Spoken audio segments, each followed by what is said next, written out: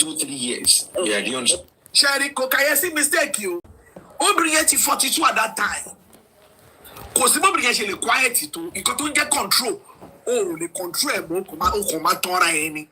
Age it off you want to go that go coffee bear. Go to see that one. Go confess age. Only be 2-3 years. So apparently age mate ni one. Kini e ma gbara one at the end of the day. Over fi o wa ti lo ibo control e. UK kere te ba jo wa ni UK te jo padà ríra yín. Ẹ má rí pé nothing for shasha gbogbo wa jo wa level an. Ìbò máa level wọn papọ̀ ni. Fínú yẹn garasi ní pé bóyá tó bá wà lẹ́kọ̀ọ́ tí ò ní iṣẹ́ gidi lọ́wọ́ lẹ́kọ̀ọ́ tí ò ní income tó dáa ló máa fi ìlú òyìnbó garasi. Bọ̀ tó bá ti lọ sí ìlú òyìnbó tẹ́jì jọ ń dídí gbàdí ẹ máa dé ẹgbẹ́ ní gbàgbé bóyá ìṣẹ̀lẹ̀ owó ẹ̀ bá dé. Ẹ fọlá yẹn yín rẹ̀. Yeah, do you understand? You can call it 8 minutes or yeah, do you understand? So and my mom said, yeah, my mom now use one proverb. Toti were outdated. My brother again, don't let them use this away. I'm a buruku shefe, and a buruku sheni. It's outdated though. Because I from a buruku, atula no buruku. Every alanyeo, 50 years. That is because don't tell us no by any. That is in my own case now. Understand? So my mom go one lie or no so many. Or when you come a reverse here. You come a buruku shefe and a buruku sheni. Apparently, you want to find pay. Yeah, what's your bad down? Tí family ẹ bá dá yan yìí lè fẹ́ wàláì tó bá fẹ́ yàwó tí kò dá táwọn family ẹ bá dá àwọn family ẹ bá padà support ọmọ tí ò dá nítorí wọn lè fọmọ wọn lè support yẹ vice versa náà bàbá yóò dá àwọn family ẹ ló dá wàá sọ fún bí family ẹ ló máa fi ṣọkọ nígbà tó bá gbọ́ gbàásì gbòòsì lọ́rùn ẹ wàá gbọ́ gbàásì torí wo ó bá fọkọ burúkú àwọn family ẹ máa padà kí ìsẹ̀yìn ẹ ni. Wọ́n máa padà support ọmọ wọn ni wọn ò lè fọmọ ọmọ lẹ̀ support yẹ ìjára ẹ orí yẹn sọ.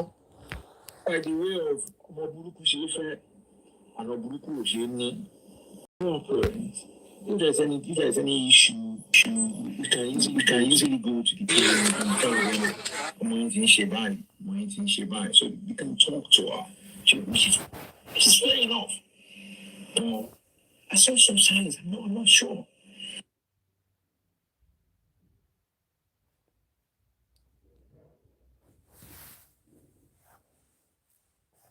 Hi guys, good evening. Yeah, I'm go from this man that went to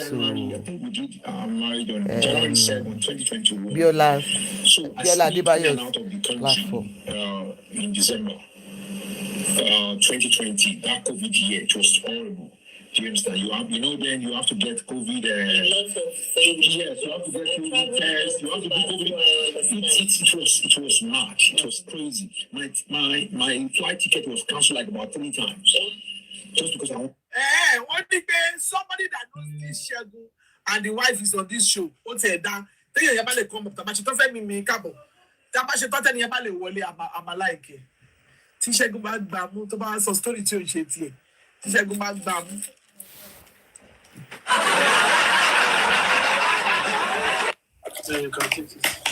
Let me make a show. Yeah? Are you taking the guarantee? What do you want to do with the car? I'm open the car and take the car not. No, don't take that you are not. My mind is not eating that you are not. Do this thing to 2 there. I'm not being jarred. Come and marry someone, in Nigeria. Do you understand? Well, my mom was, scared for me. Like, you can't just be living alone. We're doing pretty well. You need someone, but just come and do whatever you need to do, and then don't come to my DM with food details, yo. Go and use a private account on this program. Then come up with the private account. Nobody will know that it's you that is talking. You can even change your voice. They will not know. And that's from me. Wow. See how you can bring her, to come and join you. And I follow my mom's instruction. But while we were planning the marriage, like I said, something happened. And then that's number 3? Yeah, number 3 error.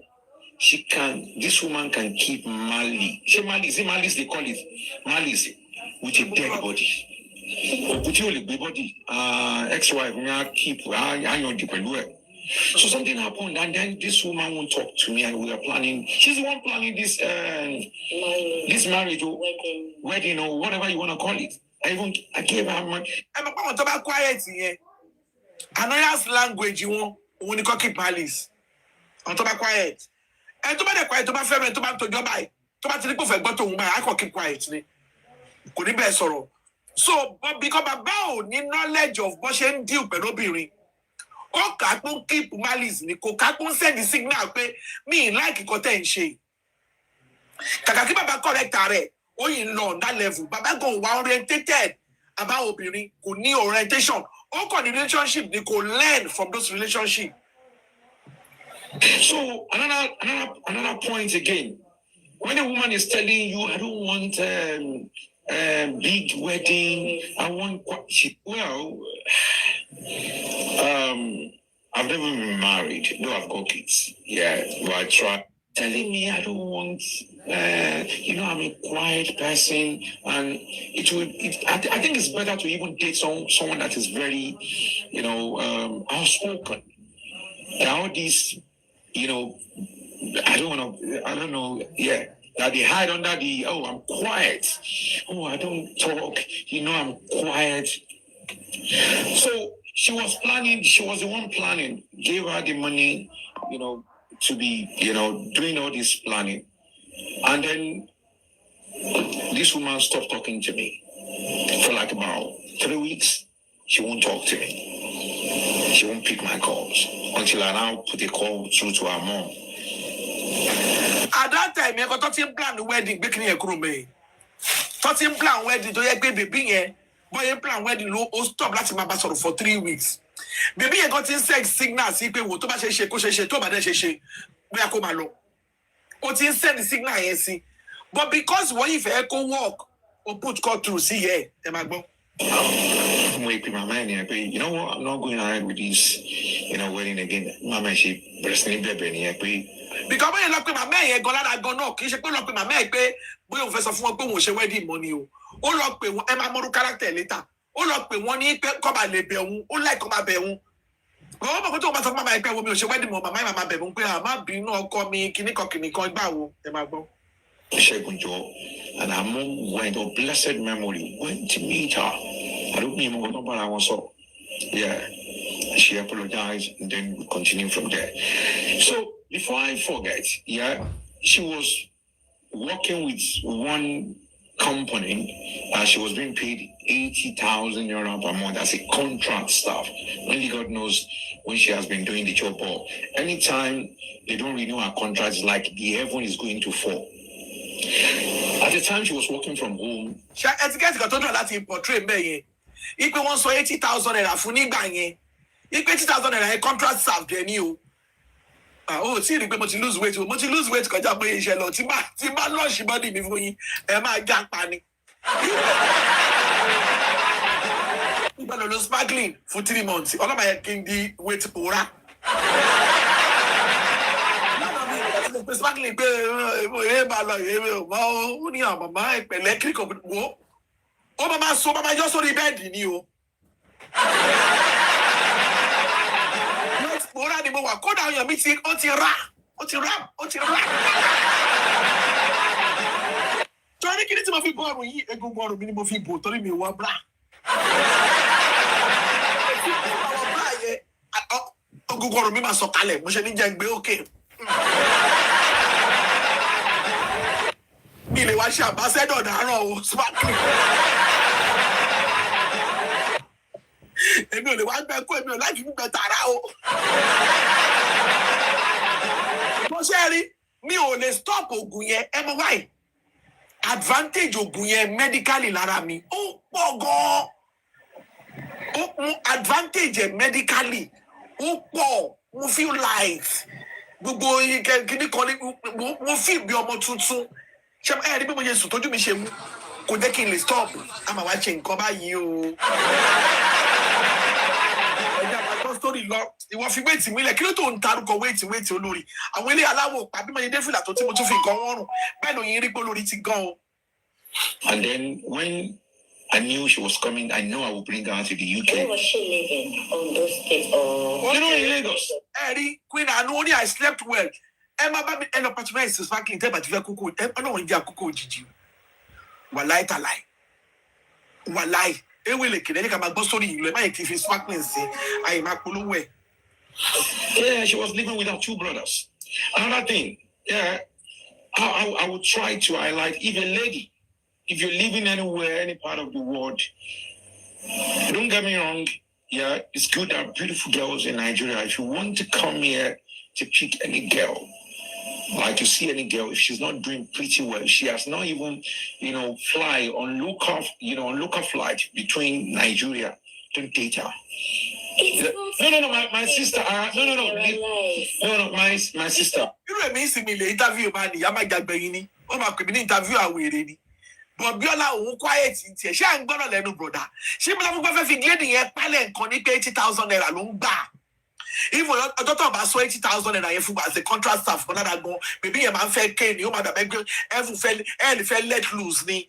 Do you understand? So ni ba me wo ko che ti gba me e je ko obìnrin lọ wá ṣe gidi ṣe ẹ jẹ́ kí yan lówó lọ́wọ́ kò sí nǹkan tó ní kó má package ara ẹ̀ náà tó bá ti rọ́kùnrin kò sí gbogbo nǹkan ní máa ka korokoro gbogbo bí kẹ́hìn ṣe ti ka korokoro gbogbo past relationship ẹ̀ iye báyìí lòun gbà ó jẹ́ kí kò bàbá yìí wá pẹ̀lú gbogbo akọni ẹ̀nà gbẹ́ wọn ara UK wọ́n máa wá pẹ̀lú gbogbo orí ẹ má jẹ́ sọ̀rọ̀ ẹ má jẹ́. That happened. Let me tell you. I want you to be firm with me. There are good girls who haven't traveled, who do not have the opportunities to go everywhere. Okay. It does not mean they are going to be bad in the future. Let me tell you, they are 1 out of 10. That one. Yeah, but to now find that 1 out of 10. But she have no dafani, have no bill for Get the statistics. It's out there, my sister. I've been around for 4 weeks now. Okay. So you got the statistics. No, within 4 weeks. I've been collecting. No. I've been collecting. No, I have my evidences. I know what I'm talking about. Yeah, I know what I'm talking about. Do you understand? Critically. Because of rate our belief in portray around in Nigeria these days. We take up any value for. Obìnrin tó bá fẹ́ portray ara ẹ̀ gan-an àgọ́ tí ò bá lówó lọ́wọ́ tó fẹ́ gbé rẹ̀ ìjábẹ́ ẹ̀ pé òun ní value. Wọ́n máa wò bẹ́ẹ̀ ni pé kò jẹ́ nǹkan kan ní kò ní price. Kò ní price ẹ̀ lójú wọn. Every woman got a price ní táwọn máa fi gbà pátá ní díẹ̀. Because àìmọye àwọn tó lórúkọ tó jẹ́ pé wọ́n look sophisticated. Ordinary change máa gbà pátá ní díẹ̀ wọn. Do you understand? So wọ́n máa wọ pé bóyá tó bá pàdé obìnrin tó bá wà okay tó yẹ kó ti ó wà okay olówó ẹ̀ lọ́wọ́ ó ti travel and everything bóyá yẹn máa better ju ẹni tó jẹ́ pé ó present rẹ̀ bí elébi lọ. So he has a point there. So okay, I can tell you today with 5 million naira, yeah.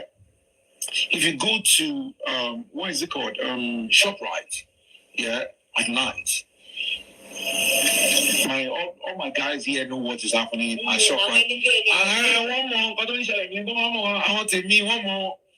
Or you can empower about 10 to 20 people, girls, with 5 million naira, and they will be forever, be grateful to you. With 5, and I know what I'm saying. All what they need is just like a token of 500,000 naira. Actually, mentality here. Ipe tó wù sí lè náwó sínú ayé gá yẹn. Owó tó yẹ pé àwọn ọmọdé kan suffer tó yẹ pé tó bá fún wọn wọ́n máa bọ̀ òun ni. Wọ́n máa kó tó máa ń fà tó yẹ pé ìyàwó ilé kò sí nǹkan tọkọ ẹ bá ṣe fún níwọ̀nba tó ní lọ́wọ́. O gbọ́dọ̀ complain for anything mọ́ because àwọn tó ń fún ní ordinary 10,000, 5,000 níta wọ́n lè kí fún odidi 6 months. So my baby's Saki from Babaláyé ẹ̀ lẹ́sà. Àwọn máa wò pé àwọn yẹn respect òun náà wọ́n ń gbóhùn gẹ̀gẹ̀gẹ̀gẹ̀. Ìwọ ìyàwó lé òun lè bá wọn sọ̀rọ̀ ẹni ìyàwó gbóhùn gẹ̀gẹ̀gẹ̀gẹ̀. So kí ló fẹ́ máa bá wọn sọ? They compare that. They dey fit compare ara wọn. They still want that thing. Wọ́n yìí fẹ́ máa gbé àwọn gẹ̀gẹ̀gẹ̀gẹ̀ pé 5 million àwọn fi dáhùn èèyàn lóko wọ́n máa pè wọ́n ní Dansaki. Wọ́n differentiate yàtọ̀ sí pé mo fẹ́ build ilé, mo fẹ́ ìyàwó àti the other one. Pepperoni, thanks mama. Do you understand? You got to shake on Goni. Thank you. Thanks for just to be independent. that bulk of money, that small money, it might be small, or what they need. My guys know what I'm talking about. Do you understand? All the guys in the house, you know what I'm talking about. Yeah, what am I trying to say in a nutshell is that the kind of money I spent on this person, yeah, I just need, I mean, there's some ladies out there that they need one fifth of this money and they'll be where they want to be. Do you understand? Because they just need a little opportunity. Do you understand? Just to get there, to move from point A to point B, and they will be there. But there are a lot of things you can do in Nigeria. So as I was saying, while planning this marriage over thing, she was keeping malice with me. Yeah, that's our start. I didn't know that thing is a big deal. Yeah. I didn't know. Yeah. So that's another thing, my brother. If you're dating someone, and then 2 days you have issues, she won't talk to you, run away. Do you understand? Yeah. So, and then our mom went to meet her. Our mom is late today. Fairness to her, I'll say it as it is.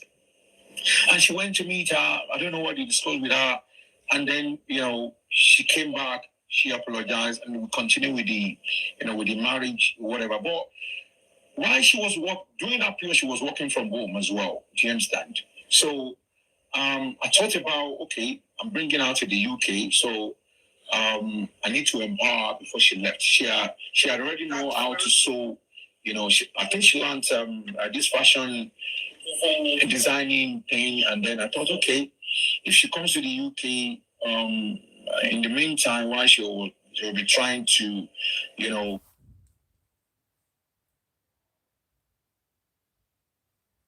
how to play it here, employ someone that was going to teach her how to, play there.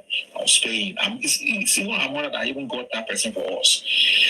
I wanted to do, how boring our place could be, but it's only the people that have not been there that would think living abroad is somehow special. Do you understand? So I also employ someone to teach her how to cook some delicacies, that I might be interested in.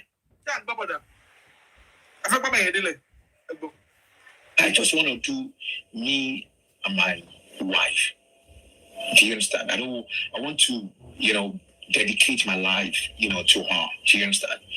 So, dedicate life to her. Try láti train ni ọmọ ọ̀dọ̀, sophisticated ọmọ ọ̀dọ̀ ló lọ pẹ̀ láti Nàìjíríà. Ó lọ ra èèyàn ni, ó lọ ra ọmọ ọ̀dọ̀ ni.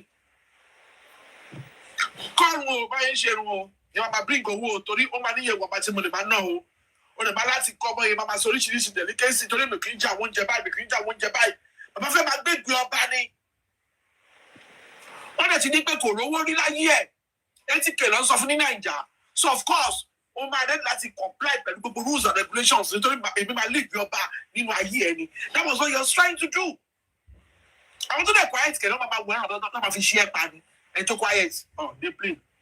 That one was going on, and then we were planning the marriage, and she planned all the whatever. You understand? And I came during the COVID. I think I came to the country on December 31st, 2020. I sneaked in to the country, and then we had a small beach wedding at that time, because it's not even small, because the hotel we're using in Akomojo or a better area, I paid for about 10 rooms.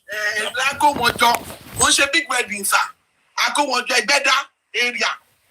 Tell it by no hotel.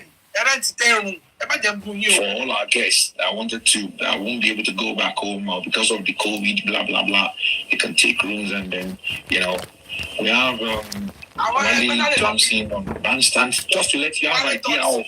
That's why I said I have 50, do you understand?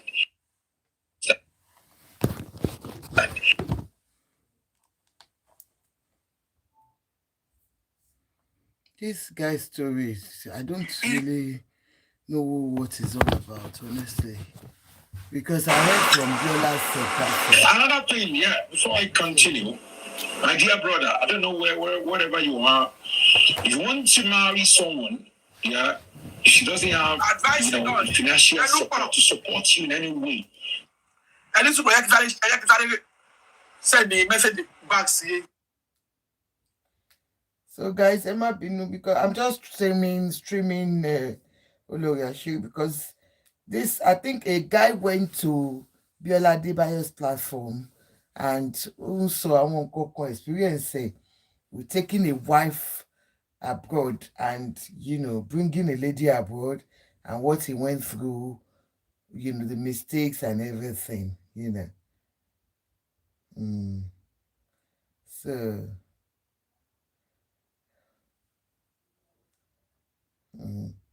Emma Binu, so we watch this because I don't know. Everybody is streaming it and I don't know what it is all about sincerely. Biola Adebayo, and everybody don't stream it. They are all talking about it. I mean, I'm not doing show today. Sema Binu, guys. But to that way, Biola Adebayo,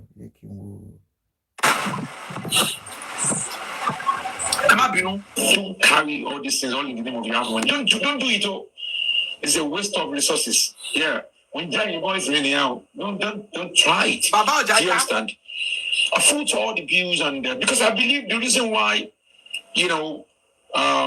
this marriage didn't work out is because our Penny, I didn't stress her I didn't involve her to put some financial resources into this. Do you understand? That's one of the reasons why. So after the marriage, so I went back to the UK and then trying to see how I can bring her to the country. So at the time, I couldn't bring her on my status. Yeah. So I was thinking for a way out. Like, okay, how can I bring her? And then a sort of student, is it route or route, whichever way they call it here. So, yeah. So, and then she begged me. Now, I started, because she read science laboratory tech in Yaba Tech. So, in the course of not getting a job, she tried to, go into management, doing HR, human resources. And then she begged me, oh, please, my husband, anything I want to do now, I don't want to, deviate from human resources. Let me continue. And I said, whatever you want, you have it, don't worry. I have friends that are doing pretty well in human resources. I'll contact them. They'll give us all the info, whatever information you needed. Is that what you wanted? No problem. I sourced for all the universities, send it to her, apply, get all the informations. Boom. We were lucky. One of the universities not too far away from my city gave her admission. Yeah. And then I had to call all my friends. And a friend gave me his credit card to pay for a deposit for 4, you know how it is now if you want to you need to pay for some substantial money to be deposit. So a friend gave me a credit card, pay deposits, and then I need to put some money to do a proof of fund. Didn't have some naira to do proof of fund. And what number are we at now? It's gonna be number 5. Number 4. Is it number 4 or number 5? Number 5. Is it number 5? Yeah. If you're talking to any lady and she's telling you that, me and my father were now close. Yeah, we don't have that really. My brother run away. Yeah. Please, I beg you in the name of God. Yeah, please. You need to run away. They're being raised by single moms, and they're doing well. No, you see, let me tell you. I'm not saying you shouldn't, but I just feel that it's not okay to generalize. I'm telling you what is happening in this Gen Z or in this generation now. Do you understand? Yeah. Do you believe there are fathers who are telling me I don't want, a bad but you see, let me now tell you something, yeah? I want to write on my being, your man to arrive, Guinea. Okay. Do you understand? If I tell you my own story, yeah, today, I think my father died at the age of 45. I think I was 16 or 17 when my father died in 1991. Do you understand? And I have 2 siblings. And because he's right on that point. I'm a pelasi bere pepe. Oni pe number 2, òun ní pé má fẹ́ ìyàwó tó jẹ́ pé ó ń gba opinion lọ́wọ́ àwọn òbí ẹ̀. Ó ń fi ọ̀rọ̀ lu àwọn òbí ẹ̀. He actually said that. Nísìnyí ó ti number 5. Ó ní pé má tún fẹ́ ìyàwó tó yẹ pé kò wà in good terms pẹ̀lú bàbá ẹ̀. Èwo la fẹ́ mú. Ìwọ ìlú ní pé kó má gba ìmọ̀ràn. Ìwọ ìlú ní pé kó má tí ó bá wà in good terms lọ́dọ̀ bàbá ẹ̀ kó má fẹ́. Ṣé yẹ evangelism? Òun gbọ́gbọ́ fún ààrẹ tó ń sọ̀rọ̀ ìyẹ́ ẹ̀ dátọ́ ni. Man tó ń sọ̀rọ̀ ìyá wọ́n máa sọ débi story ẹ̀ ìyẹ́ ẹ̀ dátọ́ ni. Ọmọ àtàpátá dìde ni. Ìyá ò fẹ́ ẹlòmíì. Ìyá àtàwọn 2 siblings ẹ̀ tó jóbìnrin ni ìyẹ́ ẹ̀ dátọ́. So àwọn 2 siblings ẹ̀ yẹn náà nǹkan kí ni kọ́ wá ṣe? Ẹni ọkùnrin tó bá sọ pé I'm not in good terms pẹ̀lú bàbá wèrè tí ò tọ́jú mi. Ṣé bàbá tí ò bá tọ́jú mi ní sìn kí wá fọ́ kọ̀ọ̀kan kó máa compulsory ẹ̀ fún mi láti bá bàbá mi sọ̀rọ̀. Kò tó yẹ sọ pé kó bá bàbá ẹ̀ sọ̀rọ̀ ní pé bàbá wọn lo V-boot nígbà yẹn bàbá wọn lówó lọ́wọ́. Ìgbà tó ní pé fẹ́ sanwó school ó ní pé kó lọ bá bàbá ẹ̀ sọ̀rọ̀ lẹ́nu yẹn sọ pé òun ò lè bá bàbá wọn sọ̀rọ̀ láti lọ gbowó lọ́wọ́ bàbá ẹ̀. He actually wanted her to go to the father kí bàbá ẹ̀ náà contribute towards wíwá sí ìlú òyìnbó ẹ̀. And my mom, she's not educated. And she has 2 kids. Plus me, we are 3. And she refused to remarry and to look after us. Yeah. See me as a first child as uncle. Do you understand? Try everything to, for me to get to wherever I want to be. So if your sister now says that I am not close to my father, does it make her a bad person? No. Maybe in this situation, yeah, maybe you need to use your discretion as well. Because when someone is telling you, oh, me and my father, I have my reason for saying all these, yeah. Right, I have my reason. Okay, imagine I'm struggling as your husband, because we were married. I'm struggling as your husband to support you, to help you. And I know your father, he has the financial capacity to even borrow me some money at a time to bring you to where. Do you understand? And you're telling me you couldn't talk to your father because you're not close with your father. How does that sound? So which means gbogbo ìgbà tó fi jọ ń dàgbà ní church nígbà yẹn tó ń jọ dàgbà yẹn ṣé mo kọ́ ló sọ pé àwọn people yẹn lówó lọ́wọ́ dípò tí bàbá yẹn ń lò. So apparently coming back to fẹ́ jẹ́ yẹn gan ládàá gan nǹkan kan wà ní abẹ́ ọpọlọ ẹ pé ọmọ olówó ni wọ́n lè help ẹ. What do I say here? At the end of the day wọ́n padà wá fẹ́ tó wá rí pé bèbí tóun gan fẹ́ gan ládàá gan kò ní ẹnu láti bá bàbá ẹ̀ sọ̀rọ̀.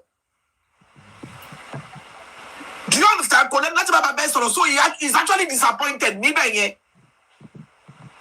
Auntie you. No, okay. All the guys in the house. So does it make sense? You're dating someone, you're trying to help her, and then she's okay, and then married to her. If the father said it's not his business, they are not close, and she says she's not going to her father. Some husband will not even allow. I'm just saying to you, it's part go to their father. It's part of the big whatever that you need to look into. Go look into kini yẹn dáadáa. Tó bá gbọ́ confirm kini yẹn pé baby you were in good relationship pẹ̀lú bàbá ò ní fẹ́ ṣe fún òun gbọ́gbọ́ ò ní fẹ́ lady yẹn. Else ó máa fa ìkanra because nǹkan tó budget fún ló padà bá. Ó budget fún pa àwọn eléyìí wealthy family lọ ti wá òun àtàpátá dìde lòun. Òun á lè rí nǹkan kan gbà. Pàtó wá fẹ́ gẹ̀yẹ́ tó ti wá bọ́ sọ́nà tọ̀. Lọ́ọ̀ṣẹ̀ wá rí pé àṣọ́kọ̀jọ́ lówó ń ta lásán ni. Oye bàbá gan ò súnmọ́ mọ́. Bàbá gan kó wèrè kiri and everything. Ó wá wá disappointed. Exactly. That's not the problem. Because if someone is not close to a father, yeah, when future problems arises. So who are you going to talk to? Because it's happening right now as I'm talking to you.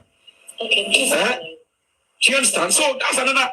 Just ignore. So, guys, listen to me. So listen to me. So ignore what she's saying. You need to listen to me.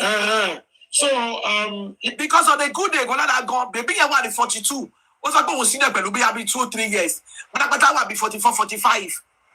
At that age, here for a man, gonna go red banana, red flag, gidini. A man that is not married at the age of 44, 45.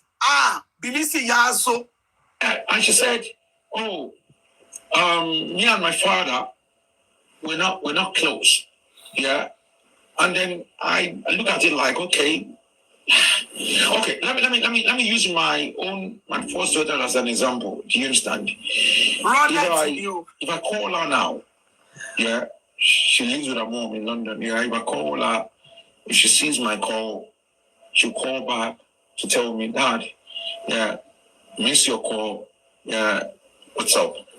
And we'll talk like, further to do. We have that relationship. Because do you understand? we take time to So what make a father not to create, time to our first daughter, our only daughter. So our only daughter, the first daughter, yeah. You know what? Our only daughter, first daughter, yeah. If my help one, you want to know boy. Guys, don't listen to her. Yeah, so don't take note of what I'm saying. I mean, just ignore her. Okay. So as I was saying, and then that's another thing I should have take notes. 0.6. Yeah, is it 0.6? Yeah, because I said I'll be highlighting the points. So from the Princess Royal, and then she said, and I struggled. Yeah, paying choice, to bring her when she was coming. In fact, can to jump because I don't want to jump. That same year that she was coming, yeah, which I believe no man has ever in her life treated her the way I've treated her. Yeah, I gave her a surprise, birthday. I met and Sister Ronke. She's my good friend. So Ronke should be okay.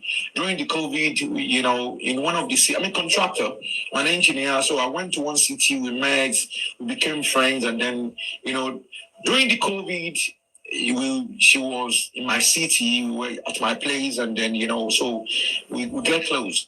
And then when she now traveled back to Nigeria, and I told her that you want me to surprise my wife, my missus. She'll be coming in September. May is a birthday. Surprise pass. Also, the government surprise pass. So, and let us know que je dois l'obéir. But yes, on va fou. Emma Bine, Emma Nyaki sur les personnes. Qui n'a pas acheté tout le monde paye vous m'entendez payer 2 million, On lui il y a pas de ricodo. So you go and and this is my ex. She doesn't watch Yoruba movie, but accidentally or coincidentally, I asked her one day, like, okay, I know you don't watch Nollywood, whatever. Yeah, you are of this America. Do you even like any Yoruba actresses, or which one of them is your favorite? Coincidentally, she mentioned Ronke. I said, okay, as God we have it. And I told her, Sister Ronke, you helped me to go and surprise her. Yeah, and she did. Footages, video where she was crying. Like I said, maybe this footages, videos where she was crying. Ronke showed you okay. Baba, you know, this video or this we have part 2. Then I will just wait for her to go do peke. I want to consider. What's my good lady? The Omo Yeko Yoruba, but I know that people won't bring Omo up. Oh, wait for go do peke. Maybe you're about to peke now. But on she as a rubbish. Go do peke, what footage is sita. Chokori. Do you understand? And Ronke went. Yeah, went and then surprised her. She was, saying rubbish with confidence. And then September, when she was about to leave the country, she was given a visa, put $1 million into her account. Yeah, that's why I was saying There are girls out there that what they need is just maybe 200,000. Yeah, they will be where they want to be. Do you understand? One nigga for a year. Yeah. Buy whatever you want to buy. Yeah. I did British Airways. Wow. Come, do you understand? This is someone that's never British been on the Airways. plane before. Do you understand? I'm trying to highlight all this because it's very important. You know why? Why? Because she was given the background she had. If I take any opportunity background, don't maybe she background. Èmi máa ti máa ti di èèyàn pàtàkì ju bí tí mo wà. Ṣé ní bó tẹnu mọ́ background yẹn ló ta sí ọ̀tọ̀ ní nǹkan tó wá wù ní background yẹn láti ta ọ̀tọ̀ ní nǹkan tó bá nínú ilé. Background yẹn ló wù tó fi kápá wá bí apá yíbò. Bí àgbà.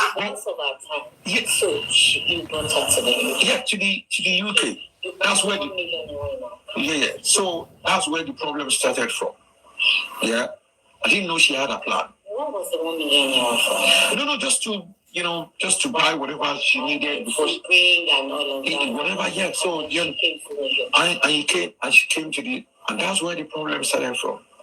All the little signs that I didn't see clearly then now started glaring. Do you understand? Not knowing she had a plan. Okay. Yeah. This woman she's so egoistic that I think before she left, the only thing Timmy was saying, picking up by I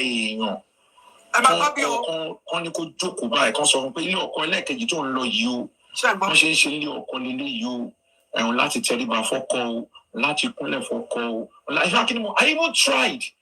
I think the lady doesn't have my time. I don't care a day, AYD, sort of. I want to. The woman doesn't have my time. You need time to know mama will with him. I found my 42-year-old. 42 years old. Buy my belly, Ilio Keti to the Lolio. I pray no tin Lolio Kotokola. Against I pay could if I lose a leg so only for dread wishing gay, only for dread bullet. We feel a prayer way of color cover and Billioko. He was already queer by young Peko and Kayabu. Just to be able to, talk some things to maybe, clearly. You called Majoke. I swear. Educator. Yeah, to educate. Yeah. On how to be respectful. No, just to be, 42 or 40, whatever, because I don't know why you first married him. No, I want to know what you brought her for. Yeah. Teach her what? Yeah, just to teach her Yoruba. Just to know the culture, just to know, our culture, you want to put it that way. What's your Baba in the country? Show African men, no. Kolo merude, erude. Come and touch your call. But it's like I come to me anyway. Hey, Bamio.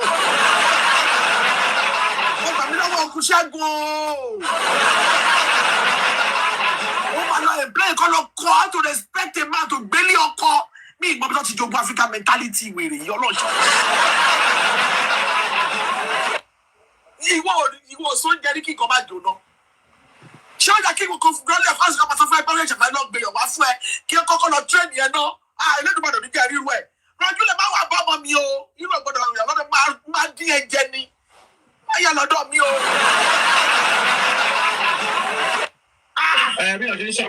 No, now. No, what you get married, you walk in here. Hey, wow. Because now we talk about someone like being. You want to try, don't try that. You brought Ajoke. No, she didn't have my time to, I wish you have your time. I wanted her to teach a 42-year-old. Because go sickening there. Can you imagine go sickening? Check it out on it, but feel like that day.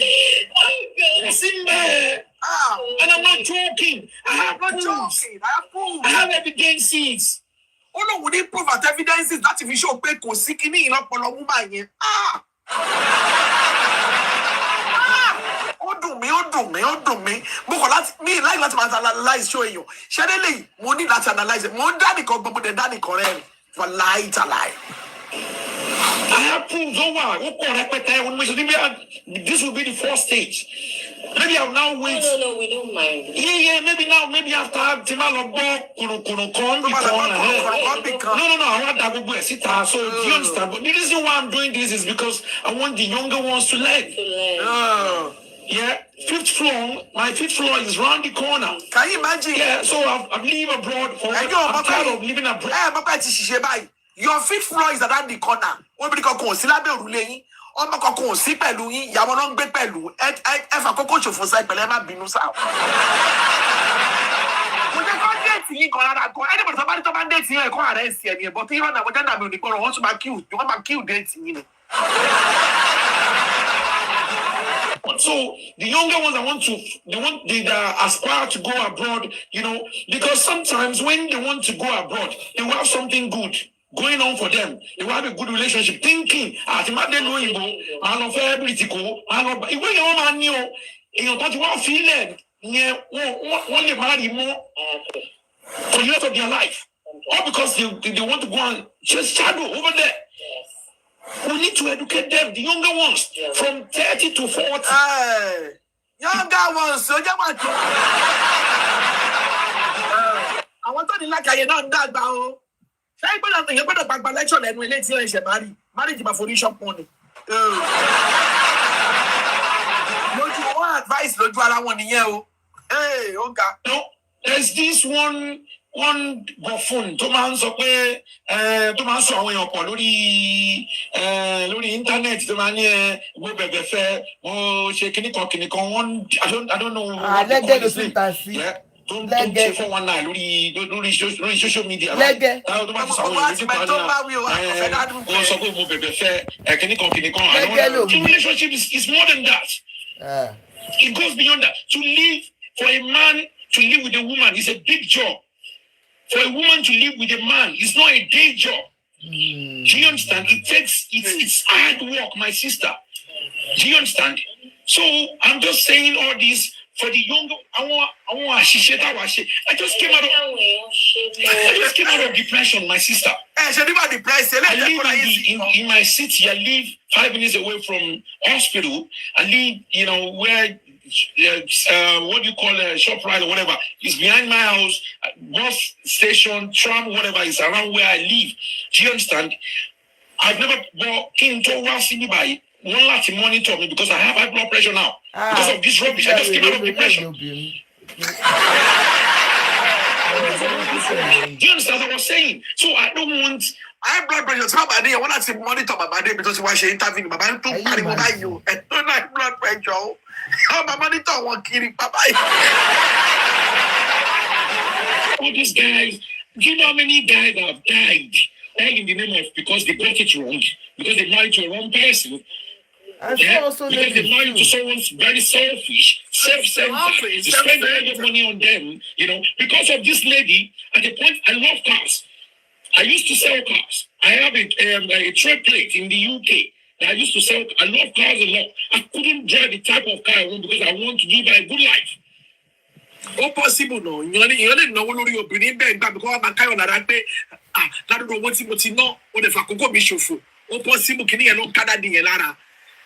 But what I want to know is big bang my song. Shemi asking me, Yabad bang your sibaba. I don't want Shemi at the end of the day, but I can make bolo. But I love car, Baba only drive car to fair. So I'm giving the match of Colopa when you talk about can live life and I'm so very live, but moving toward you war at a one way, Kiniko, you got war, you been official me, conscious one. Marriage goes beyond that. I think I'm a Baba. I have to pay my bills, I do shopping, do everything. Do you know how painful that was? Yeah. For someone to walk away out of the marriage. Yeah. Do you think if I had asked her father or if I had asked her to bring 5 million naira and then she invested, do you think she'll walk away that way? You wouldn't understand. So we need to tell this younger one. We need to tell you. Only because my great babette, if your war sile be 5 million, you buy show my walk away, beg. Could you walk away? You are walk away, but only Bruku. Emotional investments now, why even no one. Tell me your back party, you're walk away from it. Not be by that alone. But Roman Danny than me. Too much because of Lori. You understand? Can you not draw day? So I think I feel it. So they don't fall a victim. Let's go to the story because of. Yeah, no, I get it, because we need. I mean, you are the one. Because talk about it, not what you see in relationship, marriage. Try to with the color share. One man feel entitled to control your man poor. Or buy your man poor. He got your man poor. Oh my good, your mara. Oh my good, your mara. Koto share ni. Because you know when you are a man call.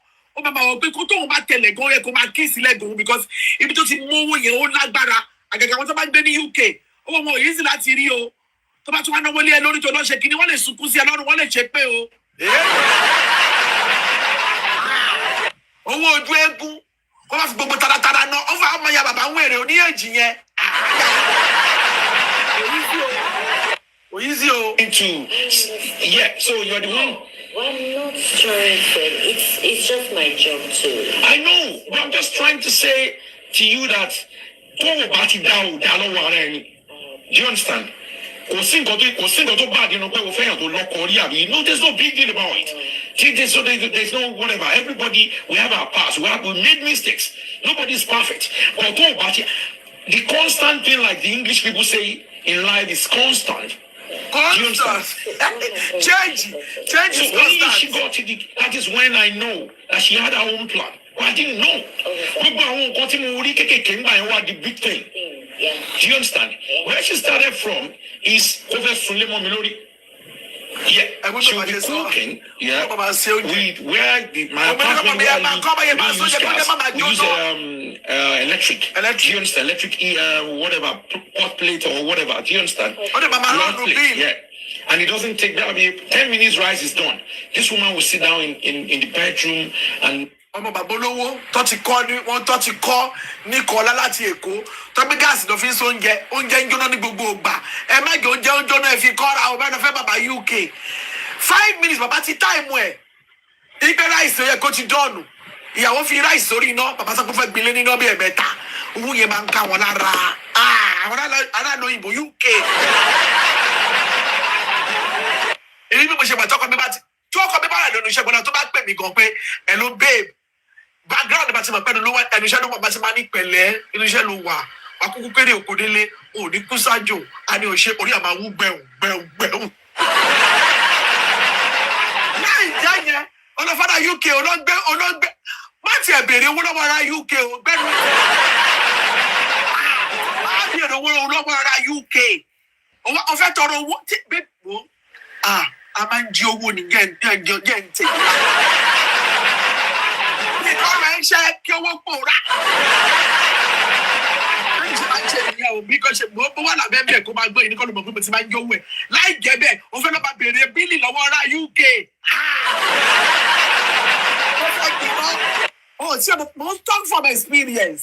Bí bàbá yìí ṣe ń sọ̀rọ̀ ń sìn òun kan owó náà tuntun èyí sí láti release. Èyí sí o.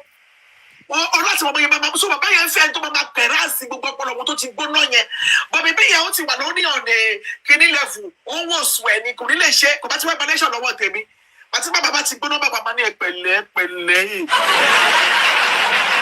Wọ́n lè jọ ọmọ lẹ́nu iṣẹ́ báyìí náà máa ní mo background mi wo bí tí mo wà kò yí sí máa ní pẹ̀lẹ́.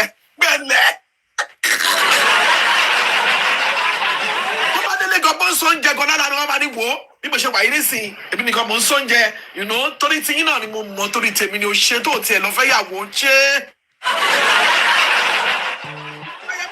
Lónìí náà sì yẹn ó máa ga wáyà ó máa jẹ ọkàn ra bèbí yẹn ni ò tètè já sí ara ń kọ Gaza ara ń kọ bàbá. And then she will burn the whole, do you understand? Burnt my food, burnt everything. Not the first time, not the second time, just to múlí ayé sú mi. Ó kọ̀ mọ̀ ní ayé sùn mi. Ó lè yan òkú lódì. Ó ní ó lè yan òkú lódì. Mo ní understand. Ẹ mọ ọmọ tó ti kọ́ bọ̀tá láìfẹ́ tó tún wá quiet. Ó wá jó rẹ̀ sí iná. Bàbá dẹ̀ wò pé electrical bill ló ń lọ yìí. Ó ń ṣe oúnjẹ ó ń jóná ní gbogbo ìgbà. Kí ló dé tó ń ṣe bẹ́ẹ̀ yẹn ò lè yí kíní lọ lẹ́kùn rárá máa ṣe. Ó ní bàtà bá yí iná sókè yára Nàìjà á dẹ̀ use mọ́ kíní yẹn. Tá a bá tí yìí gbogbo gáàsì sókè báyìí kó máa jò blabla kí oúnjẹ tètè jiná wọ́n ti fi ṣe wá aráàlú òyìnbó ṣe bẹ́ẹ̀ on a low level ni á jiná wọnú dáadáa níwọ̀nba kíákíá ọ̀sẹ̀ oúnjẹ tó ẹ ti gbé kúrò ó láti lọ kọ́ yẹn tó bá fẹ́ fara lóyìnbó ni gbogbo nǹkan báyìí calculation ni ó ló fẹ́ pa òun dànù ó ní tó bá dẹ̀ ti sọ̀rọ̀ báyìí ó máa yọ ó lè yọ òkú lódì ṣé yẹn náà ń da Mrs. Woman kẹ́ máa yan òdì yìí ṣáá ni kí ló dé. ó máa yàn ẹ́ ó lè àti ó ti yàn mí lódì àmọ́ ó máa yàn mí lódì ọlọ́sẹ̀ mẹ́ta ó bá ti yẹ lẹ́yìn pé in the morning kí ló bẹ́ẹ̀ kí n ṣe fún ẹ that's what I want to eat in the morning demanding nothing and that's the end of the conversation for the day. kò sọ̀rọ̀. we don't talk. kò sọ̀rọ̀ ṣé àbàkọ́ tó ṣẹlẹ̀ bàbá fẹ́ gbà kọ́ wáyé pé o ti jó oúnjẹ nínú ọmọ yìí sí ẹni for the day bàbá wa fẹ́ pọ́ pé mi ò ṣe jẹ kọ́kọ́ mọ́ ọmọ kẹrin góòlù gbọ́kọ̀ mu I'm not eating any for the day báyìí ibi ni ò pẹ́ ìyẹn ti yí kọ́rọ́ wọnú yàrá kò tún sọ̀rọ̀ mọ́ nìyẹn bàbá wa bá ìsìpẹ́ pé mo ṣe sọ pé I'm not eating for the day yẹn ó yẹ kó yẹ máa bẹ̀rù ní pé kí lè máa wá jẹ báyìí bí àwọn ọ̀dà nàìjà kí lè bẹ́ẹ̀ sọ bẹ́ẹ̀ fẹ́mi gan ò ní jẹun ni o wàláì mo ti lọ sùn ó máa lọ sóúnjẹ fún ara ẹni tí ẹ bọ́ ò nìyẹn. sọ kíákíá má máa sọ pé kí n máa imagine ipe nǹkan báyìí rẹ kì í ṣe. You know the one thing that is so funny, if she works from home, yeah? If she doesn't go to work, this woman will put some books in her bag, she will go to the library. Another point that I made, another mistake that I made, because your friend's wife is getting her own marriage right. Don't use that yardstick to judge your own marriage too. That's another biggest mistake I made. I almost forgot that. She has this friend that they went to, school together in Nigeria. That one, I think I've been to that one is our own husband that brought her to the country. Do you understand? We were friends at the time. It was when we started talking that, I realized she was, my ex-wife's friend that they went to school together. But this woman have celebrated her husband twice. Surprise birthday. In fact, the last surprise birthday, he came to my house to come and cook for her husband. But I was using that yardstick to see, okay, maybe now it's not enough. Ẹ ṣe máa máa rí ẹ̀yin mọ bí ìyá bàbá yẹn bí ọkọ yẹn ṣe ń ṣe fún obìnrin ò lè ever pọn ọkùnrin wèrè lé ìwà wèrè tó bá deposit báyìí a máa fún ẹni multiple fold òun wà wèrè òun wà agbada ṣoko kápásókè bí apá yíbò òun wá expect pẹ́ni tó ń tọ́jú ìyàwó ẹ̀ tó ń ṣe surprise pass fún wọn àti ṣe surprise yín sà pẹ̀lú gbogbo ìwọ́wọ́ yìí surprise jìnnà sí ẹgbẹ́nu sọ̀rọ̀.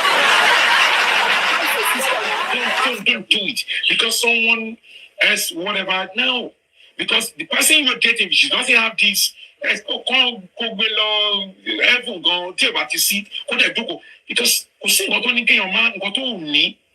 You can work on it. You can. Everybody can develop he or herself. Wọ́n rí pé àwọn níṣòro o. Ó yẹ káwọn work on nìkan lára wọn o. Lady yẹn ni kó lọ work on ara rẹ̀. Obìnrin náà ni kó lọ work on ara rẹ̀. Kwakùnrin bàbá obìnrin náà ni kó lọ ṣe. Mentality burúkú yẹn lọ gbé kúrò lórí. Ìyá máa jẹ́ a lot of yín lọ́jọ́ ogbó. Wait and learn new things. Do you understand? So ibi tí wàhálà ẹ̀jẹ̀ ọkọ bẹ̀rẹ̀ ni pé ó fẹ́ sọ lé mọ́ mi lórí. Ó fẹ́ sọ lé mọ́ mi lórí. Same thing. 1, 2nd, 3rd, 4th, not 5th time. When she begin? No, when they want to start this whole thing to victimize you, you start from somewhere, to provoke you. Do you understand? She now did one thing one day. Do you understand? Because that's the only thing. Because I actually called the parent to tell them something like this happened. And I will say it on here because I have no reason to lie.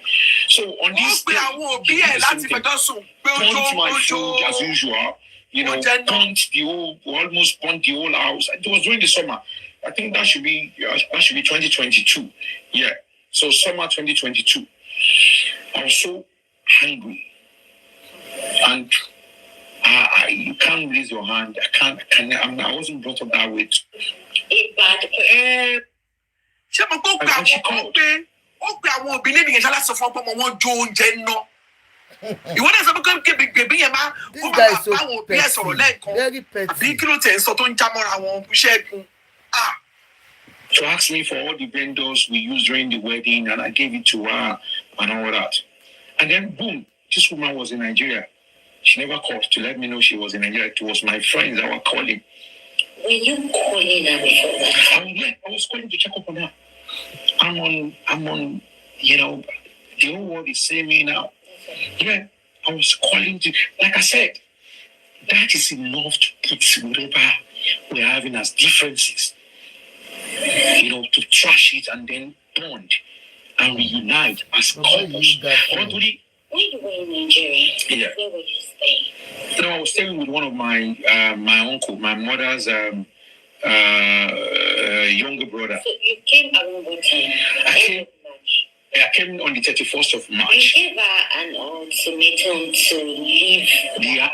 The house. Well, I said she should leave February ending, and she said she will leave March ending. And while whatever was going on, her mother passed on. Before that time. And she couldn't. Yeah. So, and then she had to move out in April. She moved out before she came to Nigeria to bury her mom. Her mom's burial was in April. So she had already moved out before coming to Nigeria. While you were in Nigeria. While I was in Nigeria. You were aware that she already moved out. Yeah, my friend told me that he did everything to stop her. Well, like I said, she had a plan. She had already graduated. I've sent her to university. I've already empowered her. She's doing pretty well. So she doesn't need me anymore. She understands. So what does she need me for? It was my friends that called me to say, don't you know your That's what I think you're going to relevant in my year with just manage go. Don't worry about the one year, you will be as much irrelevant as ever. Meanwhile, no suffer lady kokuro ni no funyo kuro ni ile mi so time. I expect you be a baby, you baby. A friend was she's in Nigeria, and I said, how? As how now? Me I shall come down, but he said, how? Yeah. One of my friends told me she's in Nigeria now. As how now? So, and immediately my friend told me, okay, the day she moved out, I went to meet her father to tell her father that, to pay condolence and then to say the daughter has moved out of the house. In case, I don't know, we're having issues, but I believe mommy's death is enough to bring us together as a family. Yeah. So, and our father said, when she told him that she'll be coming, and then when she comes, we'll sit down and talk it out. And I now told the father that, whatever you want me to do during the burial, and the father now told me is a younger brother. The guy that's supposed to be a immediate younger brother will be the one in charge of everything. I should speak with him. And I went to meet that one. Yeah, I wouldn't mind to donate a cow to support the funeral, and then let me know what we're doing. That was before she came. Yeah, let me know what we're doing.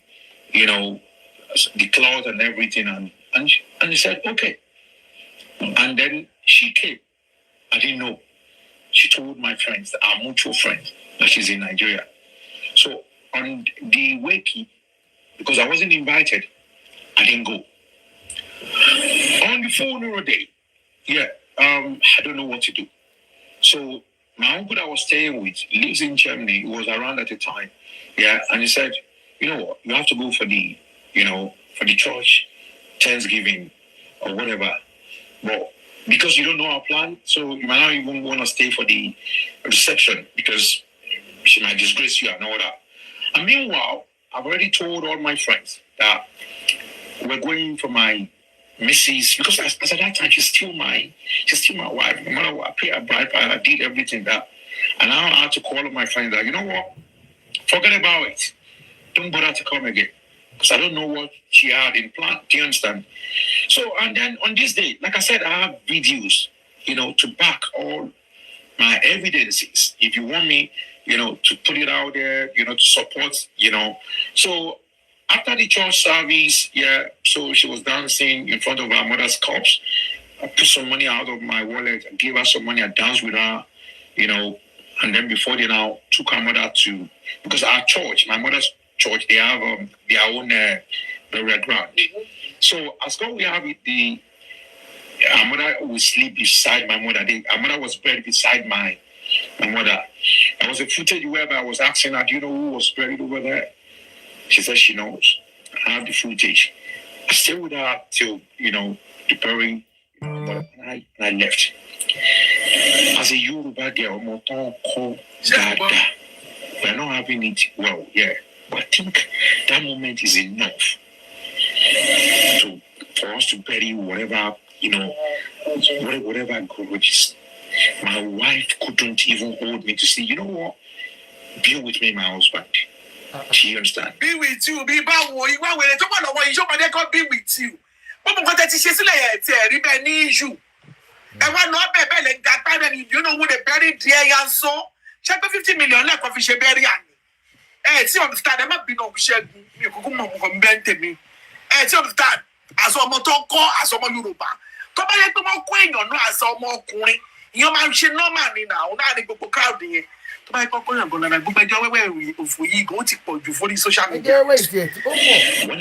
my wife texted me. It's on my phone. Thank you for calling.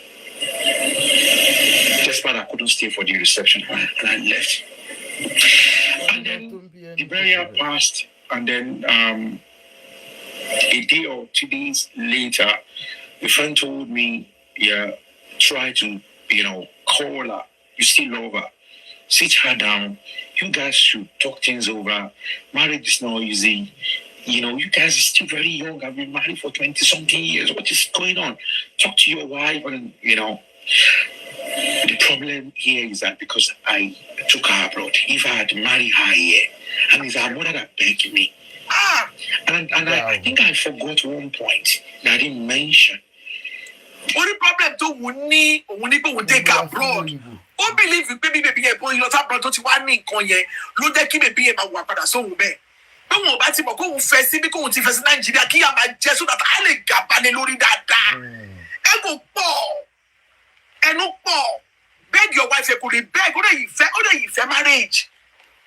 I probably on silver party or lori. I just come and get my share with kiri. I never more go use for more coin láti dá wà. Ẹ kàn máa rọ́gbò oríṣiríṣi dóni tẹ́ bá ti níyàwó lébọ̀ o fún ọjọ́ kejì ọjà lẹ́mú. Mo sí ọdún bá dàbí happy home fọkùnrin ní old age. Ẹ gbà bẹ́ẹ̀.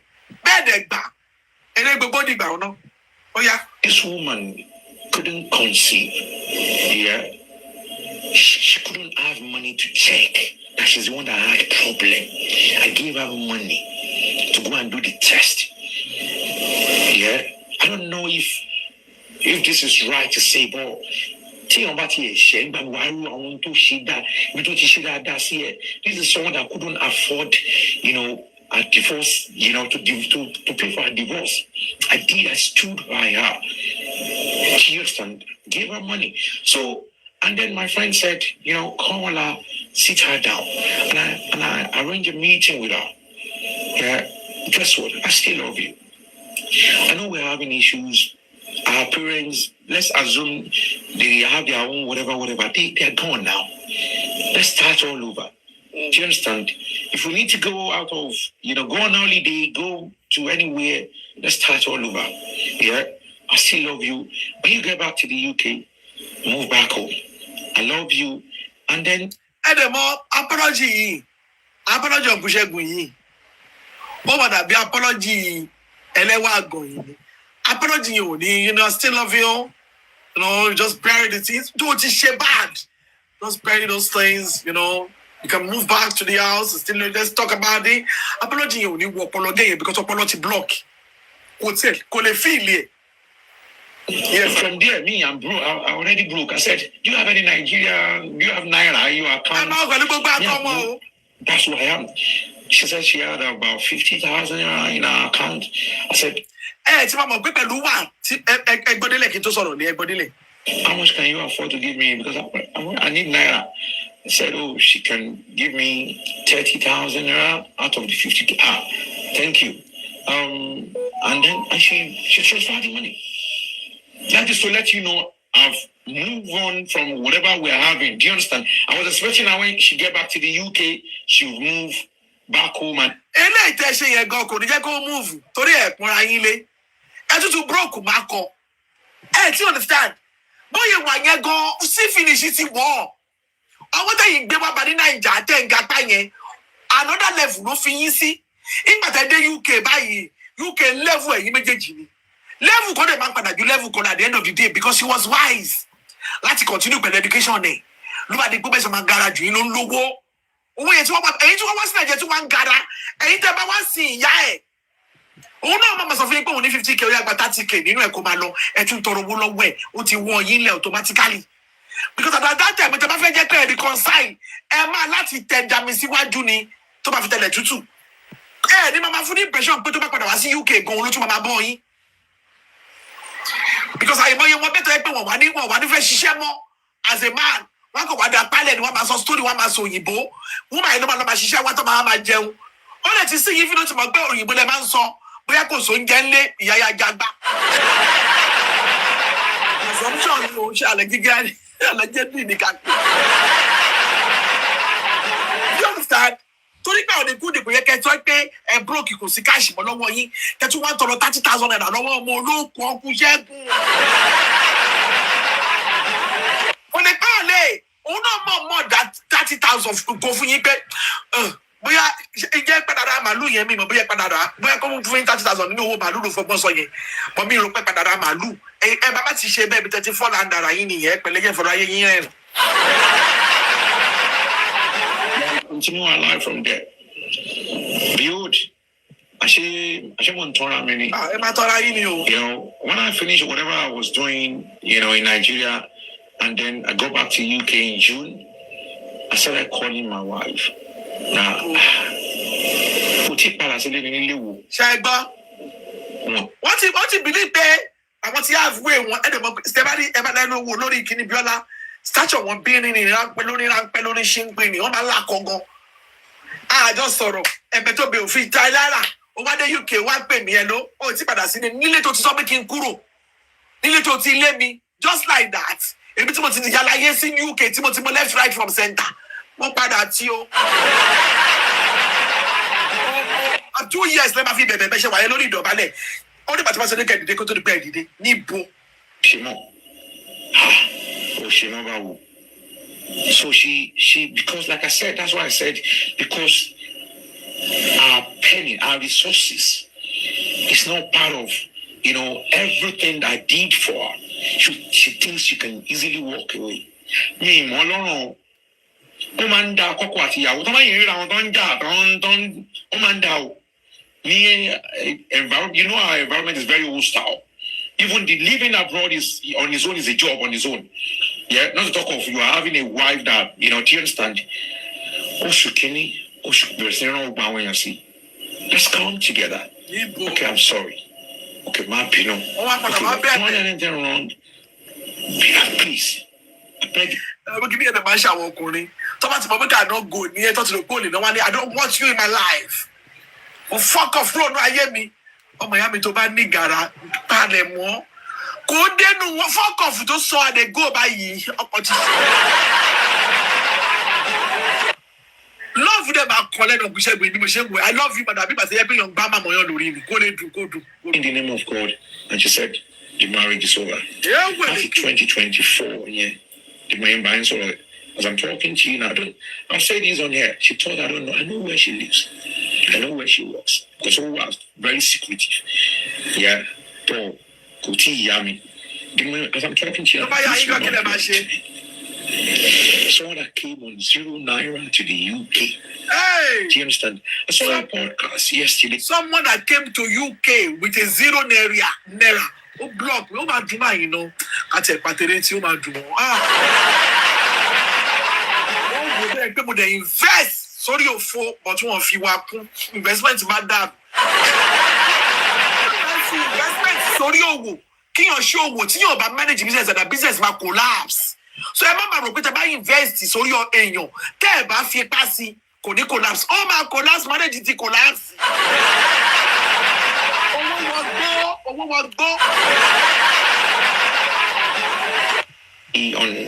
On social media, people don't know, you know, how when the guy was, you know, when the guy was crying on the podcast, you know, they don't know what it takes to love someone and to invest heavily. There's no big deal in seeing someone that is struggling financially. There's no big deal. But come on, you good, you know, and that's one of the reasons why maybe this will be the last lesson. The last lesson, yeah. When a lady is not doing pretty well, yeah, financially, because we do a lot of money, I saw an Instagram post of DJ Copy, that she has tried every relationship, it doesn't work, and then she wants to go for someone quiet, you know, probably 9 to 5 now. Go this separate ways. It will be probably because, you don't give me time. So what about the Jay? You won't go to the Jay now. Or what do you get another to see? Today, you go carry in marriage. Eti kobi ara so woju tori pe yin le gbe wole ọ̀pọ̀lọpọ̀ àwọn èèyàn ló wà nínú òyìnbó yẹn o àtọ́ gbé àwọn wọlé wọ́n máa fẹ́ sọ wọ́n dẹrú ni wọ́n máa sọ wọ́n dọ́lọ́ wọ́n máa wù wá wèrè tó yìí wà lára àwọn lẹ́kọ̀ọ́ yẹn Nigeria support marriage now. That's why most Muslim break ní Naija báyé gbé marriage ní Naija ìgbé ẹrú ni so tẹ́ bá ti dé ìlú bòmí ìyẹn máa behave bí àwọn Romans ni tẹ́ bá wà in Rome ìwà yẹn náà yìí máa wù náà máa ṣe wọ́n bí ẹrú ẹ máa jọba tó dé mi ni mo gbogbo ọ̀pọ̀lọpọ̀ rọ́jú gbé ni káwọn èèyàn má bàa sọ yí pé ọmọ mi wọ̀ lóyìnbó kò ṣe bẹ́ẹ̀ but you cannot be treating them like that kí ọ̀yìn padà jèrè wọn ẹ̀ ń wà wèrè ẹlẹgbẹ́ wọn wọlé tí ó ní pẹ́ gbé wọn wọlé bí ẹrú yẹn wọ́n mi pé kẹlù wọn pamọ́ bẹ́ẹ̀ ni ìwà wèrè lẹ́fẹ́ wù sá ìpẹ̀lẹ́ má bínú ọ̀rọ̀ yẹn ń ka yín lára. It won't be because she's making money now. She doesn't want me to be part of, do you understand? Even that the man she mistake in here, most of the time, ìwà tẹ́ ẹ̀ wù ni it's not because she's making money now. The money just add power láti jẹ́ kó gba rẹ̀ kúrò lọ́wọ́ wàhálà. Ẹ̀yin ò kí fẹ́ kọ́ máa ṣe oríire tó lè fẹ́ kọ́ máa kú sí ìdíkìní yẹn. Ẹ máa believe pé torí pé ó make owó ni láti bẹ̀rẹ̀ pẹ̀pẹ̀ tẹ́tí tó sẹ̀ ní Naija ló ti yàn yín lódì. Ẹ̀yin gan ti ní red flag. But torí pé nǹkan gan lára gan red banner níyẹn ti pẹ́ ní gbòòrò. Ẹ mọ̀ bí tẹ́ máa gbé gbàdáyé wò pé ó kẹ̀kẹ́ ẹ fẹ́. Àtìmọ̀lẹ̀ ló ti fi yàn yín pé òun máa yan òdì o. Àtìmọ̀lẹ̀ pẹ̀pẹ̀ ló ti fi yàn yín pé òun kò fi bẹ́ẹ̀ gbádùn. Àtìmọ̀lẹ̀ pẹ̀pẹ̀ gan lẹ́yìn kan ti notice máa ń fi pé bóyá tó bá gbé lọ sínú òyìnbó tẹ́wọ́ yẹn bá jìnnà kọ́kọ́ bá yẹn ń wùwà ó máa lè change torí pé ẹ ti ní pé quiet. Ẹ̀yin lẹ́ miscalculate ẹ̀ transaction yẹn invest owó síbi tẹ́ fi pẹ̀ sí lè péré á ń bèrè tà sí mi ì tí ìròbìnrin yẹn láyé tá a lọ lọ yìí tẹ́ ẹ bá invest anything sínú ayé ẹ̀ tẹ́ ẹ bá fi wà kún ẹ máa lose last lẹ́jẹ̀ fọ̀rọ̀ ayé yín rẹ̀ kò sọ́ọ̀bọ̀ ń dọ̀rẹ̀ mọ́ kò sí wèrè mọ́ ń I'm an African man. Because at a point in time, I was the one paying all the bills. Because there's a culture in where we live, whereby if I'm carrying a certain amount of bills, you need to come, to support. And when they started making this money, and in UK, all this dark power, you see them leaving their house, all their husband will bring them to the UK. I even did a movie about this whole, what men are going through. I have 4 scenarios, 4 cases of my friends. So they with a similar scenario. So the one got to pass so many no majority of not every opinion. Who realize now what wrong. Ajebi ma mo lọ́pọ̀lọpọ̀ wọn Ọlọ́run. Mentality pé mo fẹ́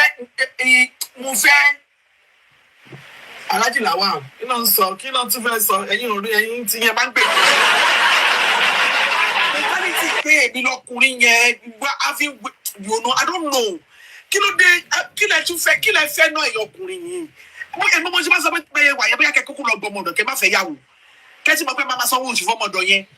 Ìyàwó ni màmá fíìlì pé wọ́n ń use òun ẹ̀kọ́ bá òun sùn ẹ̀kọ́ wà ń bẹ̀ òun kàn ń gbé bẹ̀ gẹ́gẹ́ bí ìyàwó òun bímọ ẹ kúkú sọ fún wọn láti ilẹ̀ ọmọ ọ̀dọ̀ ni mo fẹ́ o màá dẹ̀ máa du ẹ o oníkálukú máa wà lórí ọwọ́ oníkálukú máa sọ pé mo fẹ́ yàwó ẹ máa là mọ́lẹ̀ is that you want a wife or ọmọ ọ̀dọ̀ àtètè mọ́ bí ká lọ ọmọ ọ̀dọ̀ ni majority yìí fẹ́ ọmọ ọ̀dọ̀ tọ́ka bí bá ti gbọ́wọ́ kọ́wọ́ dé nígbà yẹn èmi àti ilẹ̀ ni mo ti kọ wèrè o àgbà wèrè. Wọ́n ti bí bóyá kó lọ sí mi kò lọ wá wọ́n mi ò lè gbọ́ràn o. ní pé gbẹ́jọ́ bá ti máa sọ pé kò ní gbọ́ ẹ má wulẹ̀ gbẹ́jọ́ lọ bá ti kú. àmọ̀ mi tètè mọ̀ mí o kó bá di pé bọ́lá sọ pé kíní kan wà lówó náà kí mi ò fẹ́ mi ò gbádùn dé gbogbo lẹ́fù yẹn bàbá ti mọ̀ kó tó di gbogbo. kú nínú ọjọ́ náà ti di jẹ́jọ́ wà ẹ máa ní olówó lọ́wọ́ tó ló yàgbá ẹsẹ̀ yọ lẹ́yìn torí pé olówó lọ́wọ́ ìyẹn lẹ́ máa ọmọdé lẹ́fẹ̀ẹ́ náà bíyàwó ẹ jẹ́ ká ìjọ máa sọ kó máa yé wa. ó fẹ́ polówó fíìmù ẹ̀ níbí báyìí ẹ jẹ́ kó mi ní jẹ́ kó polówó ẹ̀. There was a friend of mine that came to Nigeria to marry someone. In fact, anything so I go very quiet if you are home. Yeah, this my friend came with a British passport to marry this particular person. Yeah, and then they got married and then they have kids. Yeah, and then immediately they have kids. The kids are automatically they're British, and he refused to bring them to the UK. But for the family that comes together, they stay together. And he talked about it like, okay, if he had known, come on, this is how we know. Do you understand? Immediately, this woman and the kids get to the UK. You pay a year. The woman he accused of my friend that would to take a no problem. Initially, I asked her to get me something very close by, and I said, don't worry, there you go. She's so egoistic, my dear. That night, I said, it was really summer, I think it was around probably 8 or 9 p.m. Yeah, I sent her a message, and I said, don't worry. Yeah, but just one Gemini, I'll go to bed hungry. Má worry, bí ọmọ ọ̀dọ̀, má worry, ti so oúnjẹ mi nínú àbí. Ẹ̀wọ̀ ẹ̀wọ̀ kọ́tẹ́ kan fẹ́ o, inú bá yẹ o. Ṣé láìkì kí ṣì ní ebi ló máa pa mọ́nàmọ́ná yín kú ebi gidi. Ẹ bá gbẹ tẹ́lẹ̀tẹ́lẹ̀ máa gbẹ̀kú ni. Ẹ máa kúkú sọ ọmọdé lẹ́fẹ̀ẹ́ dàbí kí adáwọ̀ kọ́tọ́ yẹn pé máa ń wọ kitchen náà. Tí àwọn ò bá lè wọ kitchen, wọ́n wọ bẹ̀ẹ́ yọ ẹ̀ bára yín. Gbogbo mẹkáníkì òṣìṣẹ́ gbẹ́lẹ́gbẹ́ láti ẹ̀kọ́ òtítí oúnjẹ mi nínú àbí. Má wọrí lọ ẹ máa gbọ́ bóyá dín pẹ̀lú mátà yẹn o ẹ máa wo o láì ṣe bàbá Ṣàngó tẹ̀dọ̀ ẹ̀yin tó yẹ pé ti fi Nàìjà lẹ̀ for many years ẹ̀yin máa gbèrò òyìnbó bí ẹni tó yẹ pé ọpọlọ ṣe sọsọ wẹ̀yìn. And then she now went behind me to go and do what I told her not to. I want to put this to you now. You've burnt my food, right? You wanted to find a way to make me happy. And I said, don't worry. If you were in my shoe, what would you do that night to make me happy? If you're my, let's assume, I'm turning the table around now. Cook something else for you, right? Cook something else, and then what else can you do? Yeah, that night because I'm angry. Yeah. That night because I'm angry. What can you? What will you do? It doesn't matter. I'm your husband. You are my wife. So, and then I'm angry. You want the food. Let's assume it's not deliberate. So I'm turning the table around now. So no, please don't turn it around. Just okay. Yeah. So that night she went out after telling her not to do so, and then after ilé ìdùnnú rẹ̀ ó jẹ́ kí n máa dúpẹ́ ni o bàbá gan ní fẹ́ tẹ́já. àní kí ẹ máa ya méjèèjì ni kí ẹ máa kó dágbádá ṣé wá rí àwọn tó máa ń quiet lóbìnrin yẹn nílé ọkọ wọn tètè lápá tension. àwọn tá a quiet báyìí ẹnu wò ni. ẹ ti understand má jáde after tí mo sọ fẹ́ gbogbo má jáde wá jáde ṣé àìsí èrè. wọ́n wà bíbá wọn kúrẹ́ wọ́n àbíbá wọ́n yín mú sí mi wọ́n. jẹ́ sick after I told her okay mo wá gbé fún ẹ̀sìn bíọ́lá ìfàbà èmi ni ọkọ ẹ̀ mo put ẹ̀ sí ẹ̀mí kí ló máa ṣe ó yẹn ní wọn àwọn oúnjẹ mi ṣe fún yín ó ní no apart from oúnjẹ mi ṣe fún kí ló tún lè ṣe ó fẹ́ ẹ̀bẹ̀ ni o olówó orí mi mo ti jó oúnjẹ yín náà ẹ má bínú ìkọ́nà ọmọ mi tó ń jó oúnjẹ náà yẹn wà láì mi ló fi jọ. omi lásán gan tó bá ń jóná tó bá máa rún jíjóná mò ń jóná tó fẹ́ gbọ́. ìgbàgbọ́ tí wọ́n gbé mi kaná fún ara ọkọ mi ló nídìí lọ́ra bùkẹ́tù tó yẹ pé màmá ló ń win fún ara ẹ̀ ló ń install fire smoke detector tó yẹ pé tí smoke bá ti yọ ní kíṣìn bá everybody màmá ju àlá ó láti ṣe nígbà tí ìjọba ìgbìnà papọ̀.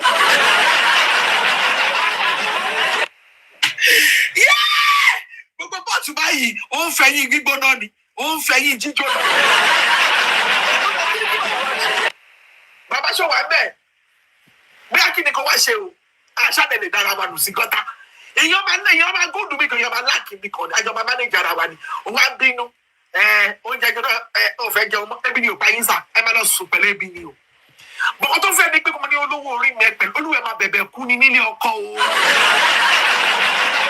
Ọlọ́run yẹn gbọ́dọ̀ fi bọ́kùnrin jẹ́ bóun ìkẹ́ láìkẹ́ bóun ìkẹ́. Tó bá ti dé pé o ti ń bí ọkùnrin jù, wàláì tó bá ṣe débì kan, o ò ní enjoy marriage ẹ̀ lọ́jọ́ ogbó, ó máa bẹ̀bẹ̀ kú ni.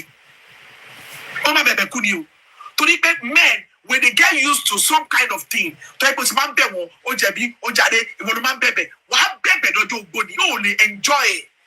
And ìkọ̀kọ̀ nípa obìnrin ni pé we want somebody láti chase wa, láti love wa.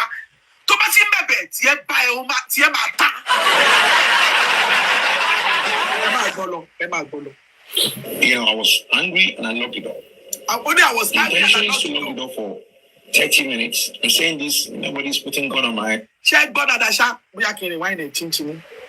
Please to lock the door for 30 minutes. I'm saying this, Lock it nobody's out. putting gun on my head. Torí kó jáde. Yeah. To lock the door for 30 minutes because you will blame me. I told you not to go out. And she went out. And when she came back, because she's so egoistic, she won't apologize. She has never apologized for anything. Which door? Okay, so where I live, yeah. So I live in an apartment whereby I'm upstairs, someone is downstairs. But there's a little walkway that leads to the outside of of where we live, apartment. Do you understand? So you lock the door to your apartment. To my own apartment, so she can walk in to the walkway, and then she can go into my own apartment. Does that make sense? She can't come in since you lock the door. No. She can't come into our own apartment, but she will be in the walkway. Do you understand? Because there is another apartment downstairs. Yes, that's the walkway that leads to your apartment. My apartment and the other. You lock the place, you lock the door to your apartment. Yeah, to my own That apartment. means if I'm She can't come inside, I can't come to our one apartment. Yeah, right? she can't come into our yeah. So She has to be in in the walkway in the walkway. or the other people's apartment. no. Yeah, she can't even go into another place. She can only She can be in the walkway. she can only be in the walkway. Okay. Do you understand? Do you understand? So yeah. So and that very night because she disobeyed, do you understand? And I was expecting this woman to at least call to apologize, but because of the person who she is, do you understand? She won't apologize. And she started when she came back, she started banging the door. Do you understand? And then I came back because I timed. And I don't have no reason. Like I said, I have no reason to lie. I timed myself like it's going to be for. Kọ́kọ́ tó wọ́n láìkí máa nìyí. Bó o tiẹ̀ fẹ́ sọ àwọn kọ̀ọ̀kan tó ń ṣe nínú àwọn ọ̀rọ̀ ẹ̀ wà láì kò purọ́ jẹ́ kẹfọ́ ayé wọn rẹ̀. Níbo ìgbà wọn náà láti hide àwọn kọ̀ọ̀kan tó ń ṣe bọ̀ kò purọ́. 30 minutes, and after 30 minutes, I came down and I opened the door. After 30 minutes, you call them and open the door. At the time she was banging the door, you didn't. I didn't open the door. Yeah. So because of who she is, yeah, she won't even try to say, okay, I'll come in. Do you understand? I know you are angry because of what happened and all that. Do you understand? And then she was. Even bóyá ti lè bèbí yẹn mọ́ta, ó yẹ expect pé bóun ṣe ṣí lẹ̀ after 30 minutes tóun sọ yẹn tó pé kó kúnlẹ̀ síwájú kó ní máa ń kọ́ mi má bínú kó tún ṣe padà wọlé kó ìbẹ̀ òun bí ẹrú. That walk with till in the morning. Olóṣù And the door was open. Olóhùn sí ilẹ̀ Because when I was going to work, I even thought, because most times when we have issues, she will move from the bedroom to the guest room. That's what she normally do. And she will be avoiding you when you want to go to the kitchen or the toilet, so that you won't meet. That's who she is. The other kind of people. Do you understand? And that morning, I just realized, because she sat there all night. Do you understand? I'm like, okay. And then I went. At that time, yẹn gbọ́dọ̀ àgọ́ woman ẹ̀ 43. Ló ń fún ní ìgbà tó máa wọlé àti ìgbà tó máa jáde. Tó bá ti jáde nínú ilé ẹ̀ wá tì mọ́ta. Mo lè love ọkùnrin yẹn mọ́. Láyé fábàdà. Ẹ̀yin lè máa treat obìnrin báṣabàṣá lẹ́ máa ní má gba gbẹ̀rẹ̀ fóbìnrin o. Bẹ́ẹ̀ ṣe ń ṣe yẹn báyẹn máa kọ́ obìnrin yẹn lóró ni. A accumulation of those things will never let her forgive you. Thinking of that alone only run in your mental. Even go back to your mother or some ọkùnrin kan dáadáa pé ìwọ kọ́ ló nílé àbí ìwọ ló nílé gan. Kò lè ever all go well mọ́ láyé. Yeah, if my wife says to you in the morning, if she message you that she loves you in the morning, if you offend her, she will retrieve that love. Òun rí bí bàtà ẹgbẹ́ bí bèbí yẹn ṣe wà níta yẹn tóun ti mọ́ta tóun wá padà wá sílẹ̀kùn yẹn ó jẹ́ kó bẹ̀bẹ̀ wọlé again ni. Ìgbà tó wá rí bí bèbí yẹn ṣì jókòó síbẹ̀ kò wọlé tó bá jẹ́ pé ọkùnrin tó wà loving ni ó jẹ́ kó lọ síbẹ̀ pé má bínú ọmọ kí nítorí mọ́ mi ti sọ fún ẹ má bínú kó bẹ́ẹ̀ kó wá wọlé. Ìwọ náà ò bẹ́ẹ̀ kó wọlé obìnrin yẹn wà ń ta mọ́jú. Ẹ̀yin méjì lẹ́jọ́ ní psycho mengi ó wà níta mọ́jú bẹ́ẹ̀ ó tún wá ba níbẹ̀ láàárọ̀ ọgbà ìgbẹ́ ẹ̀kọ́jà lọ síbi iṣẹ́ ọ̀tá nìyẹn náà ìyẹn ń ṣe lọ́ọ̀fù ẹ fẹ́ marry ẹ you are not meant to marry sir bóyá kẹ́ remain single tẹ́ máa fi wá. You have to acting like you are boyfriend and girlfriend, so like you have to beg for attention from this woman in this relationship. And point, what are we now? Point 7. If you want to date someone far away, you try no matter how to live with this person to know, if you can cope with, whatever, excesses or whatever, because it's very important. If I had invited her to the UK when I wanted to invite her, all this, I won't be in this mess now. Yeah. So, and then that morning I went to work. This has been the pattern of life. She came in to dress and to go to work. That's who she is. That's how we've been living. Do you understand? So, and then on this day in 2020, and then I forgot to put this here. So she has turned herself to FBI because she knows my password on my phone. And she's my wife.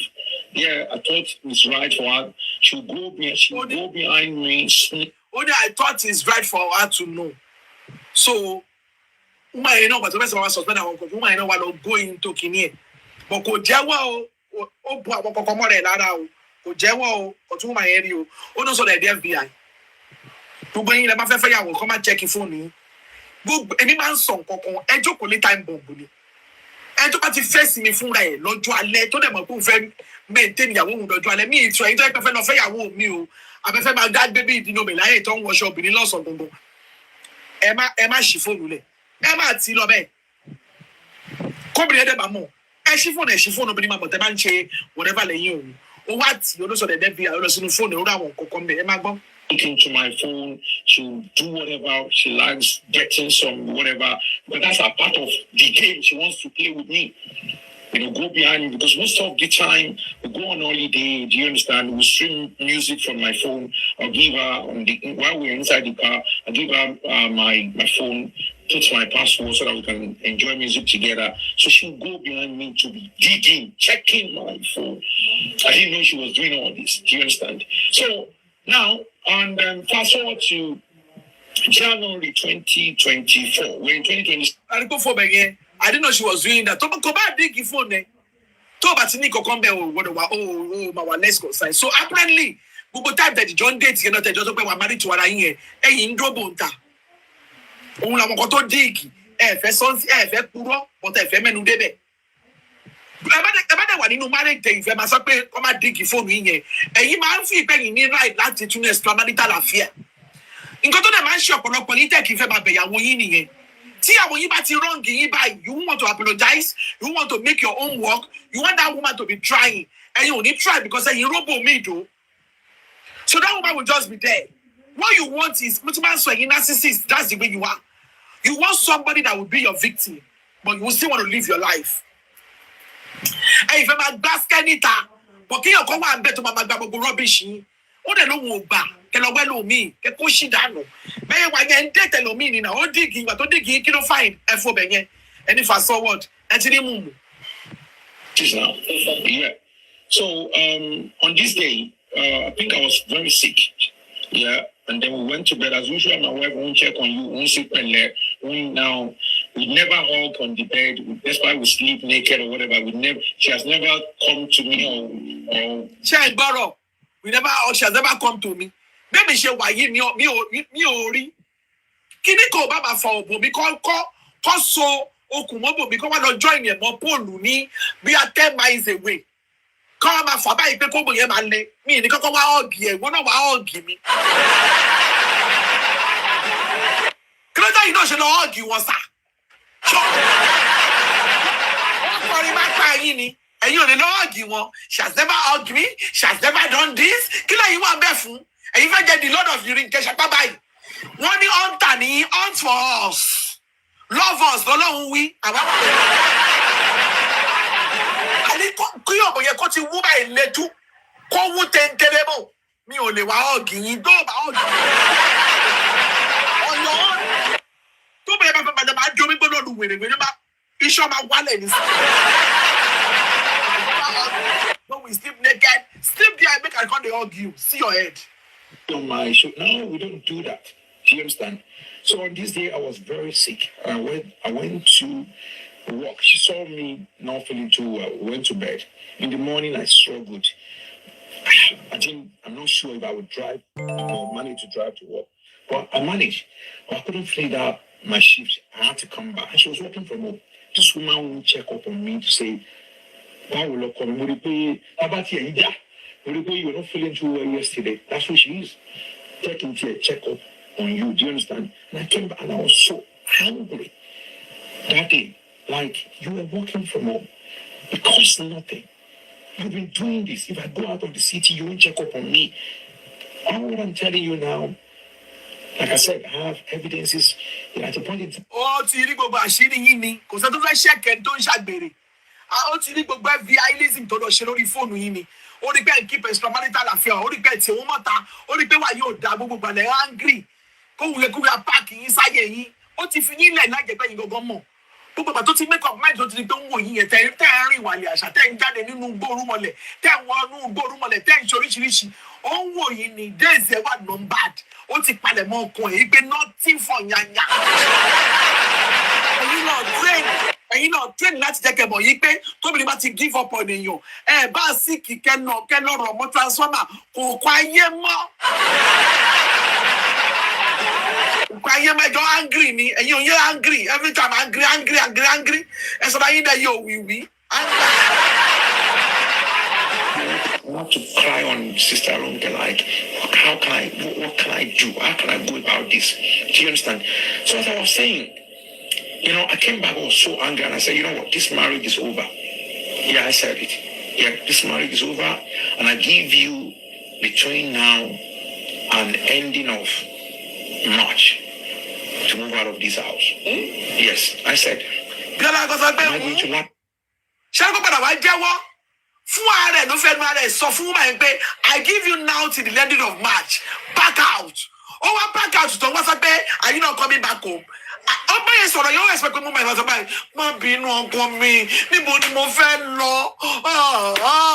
Ṣé lẹ́yìn tẹ́ bá ti nírú mentality báyìí ẹ má lọ fẹ́ yàwó kẹ́ lọ gbé lọ lóyìnbó ẹ jẹ́ kó yà tètè advice ayé yín. Ìfẹ́yàwó tó wà lẹ́kọ̀ọ́ wọ́n máa kidnap yín gbẹ̀yìn mi. Ẹ lọ sínú gbóòórùn mọ̀lẹ̀ kẹ́ lọ mú ìyàwó yín bẹ̀.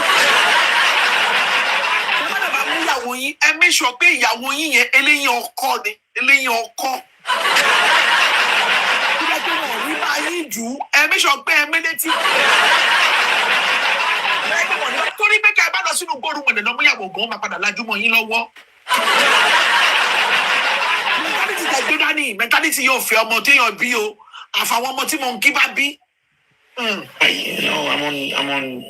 Yeah, because she has pushed me. Yeah, I said that to her, and what I was expecting is, my husband, I'm sorry for whatever, I will change for better. And she said, okay,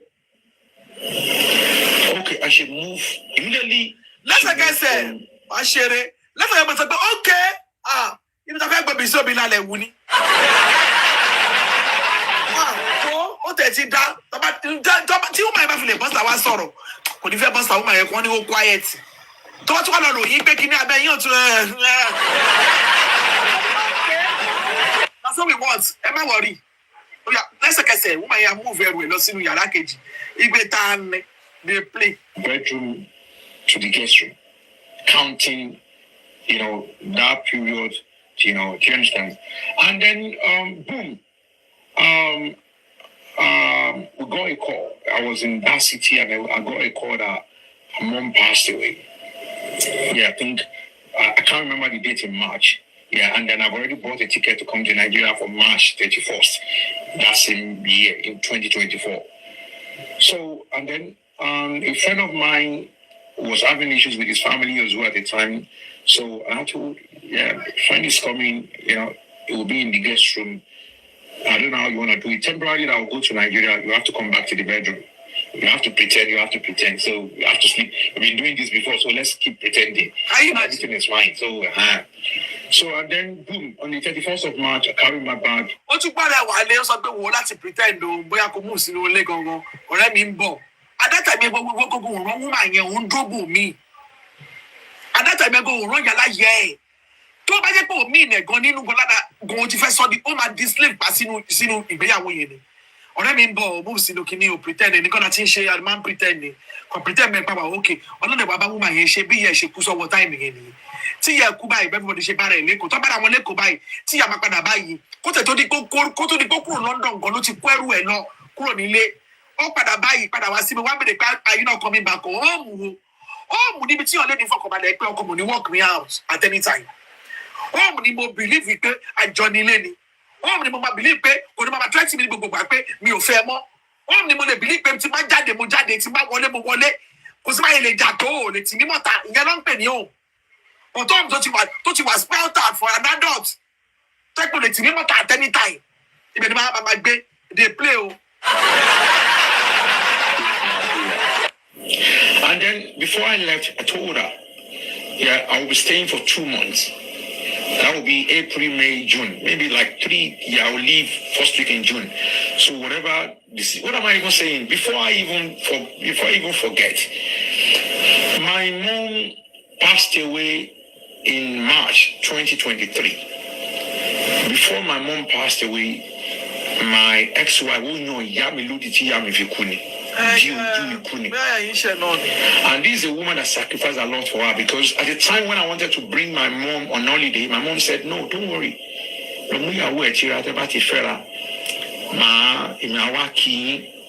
you understand? Just to let you know, I'm just trying to go back a little bit here. Do you understand?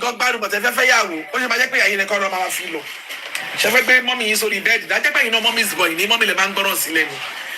Tẹ́lẹ̀ tí lè gbọ́ràn sí mommy lẹ́nu, mommy sọ pé kẹ́ lọ fẹ́ náà bóyá orí àti pé yẹn. Àti mọ̀ pé kò sí lẹ́yìn lè ṣe kankan tó láyé yìí, ẹ̀yin ni mommy máa gbè lẹ́yìn. Mommy ti gbè yín lẹ́yìn títí tí ó ti wá sú. A lot of obìnrin ló jẹ́ pé wọn wà okay pẹ̀lú ìyá ọkọ wọn dè ní àbí family ọkọ. Torí majority yín ọmọ yín lè máa ń gbè sí lẹ́yìn. Ìyàwó yẹn ní ẹ̀ bá pọ́nlé ẹ ti ní bí ẹrú ó máa jìyà kú ni. So ó máa ti sú wọn. Èyí tó rọ́jú kí yín gan lára gan rọ́jú kí yín ní ilé ọkọ wà gbádùn láfíríkà majority ilé ọkọ tó yí gbádùn dáadáa wà dáadáa fún gbogbo èyí jẹ́ ọkọ fẹ́ tẹ̀lé family ọkọ kó sí kùndùsù fún yín ẹgbẹ́gbẹ́ ọpẹ́ o. Ó lè tí olóore ni ẹ máa yíra nínú ọpẹ́ o ní gbogbo ìpàdé máa dúró. Ọpẹ́ mo ṣe ń wo kẹ máa gbégbá ọpẹ́ torí ilé ọkọ another level ni o. And talk about it like, okay. Ó ti wá ń sún mi báyìí bọ̀ story ò pẹ́ sóyún. And she called. And we talked about it, like, okay, if you had known, come on, this is how we know. Do you understand? Immediately, this woman and the kids get to the UK, you play here. The woman, me accused of my friend that I know you baluti fi down investor limbo. Yeah. Or let me share what on dear look. I have a neighbor, he's a Ghanaian, that came from Italy. But it's just to let you know this is what is going on. And by the time you finish this interview, I hope people like us that are very quiet. No. You see, let me tell you something. If you're a bad person, you're a bad person. And even if you're a bad person, you can work on yourself to be a better person. Sister Biola, if you complain, we almost fought this morning. I came, not that I came late, but because of what happened to me yesterday. Do you understand? You know what I mean? Yeah, you can get better. The constant thing about life is change. So since that time. Ó ti fẹ́ bá Bíọ́lá gan ọjà lọ́jọ́ tó ṣe interview. Ó ti come late, ó ti ń pariwo, ó ti ń control ilé ayé. She's not where to, and she's in my city. Now, let's move forward. Baba ní city in London, only she's in my city. What do you think? Do you want your wife back? What is the essence of you coming here? Okay. The essence is that, number one, there are age bracket between 30 and 40 years. They are trying to migrate from here to any part of the world. Do you understand? And they will have a good relationship going on. But in their mind, they will be thinking something out there is better. There is nothing out there, my brother. You wake up here to the and you eventually have the way. I have someone like an uncle to me. Yeah. The wife's parents, they are doing pretty well. This my uncle, they are not, do you understand? But they went on, visiting visa today. All their children, about 4 or 5, they have British passports. Now, they have to keep it. Do you understand? So that's the moral. Because all these young, they will have beautiful girl here. They have something going on fine, or because they want to jackpot, and that is what is going on the street of Europe now, UK, everywhere. Do you think at any point in this marriage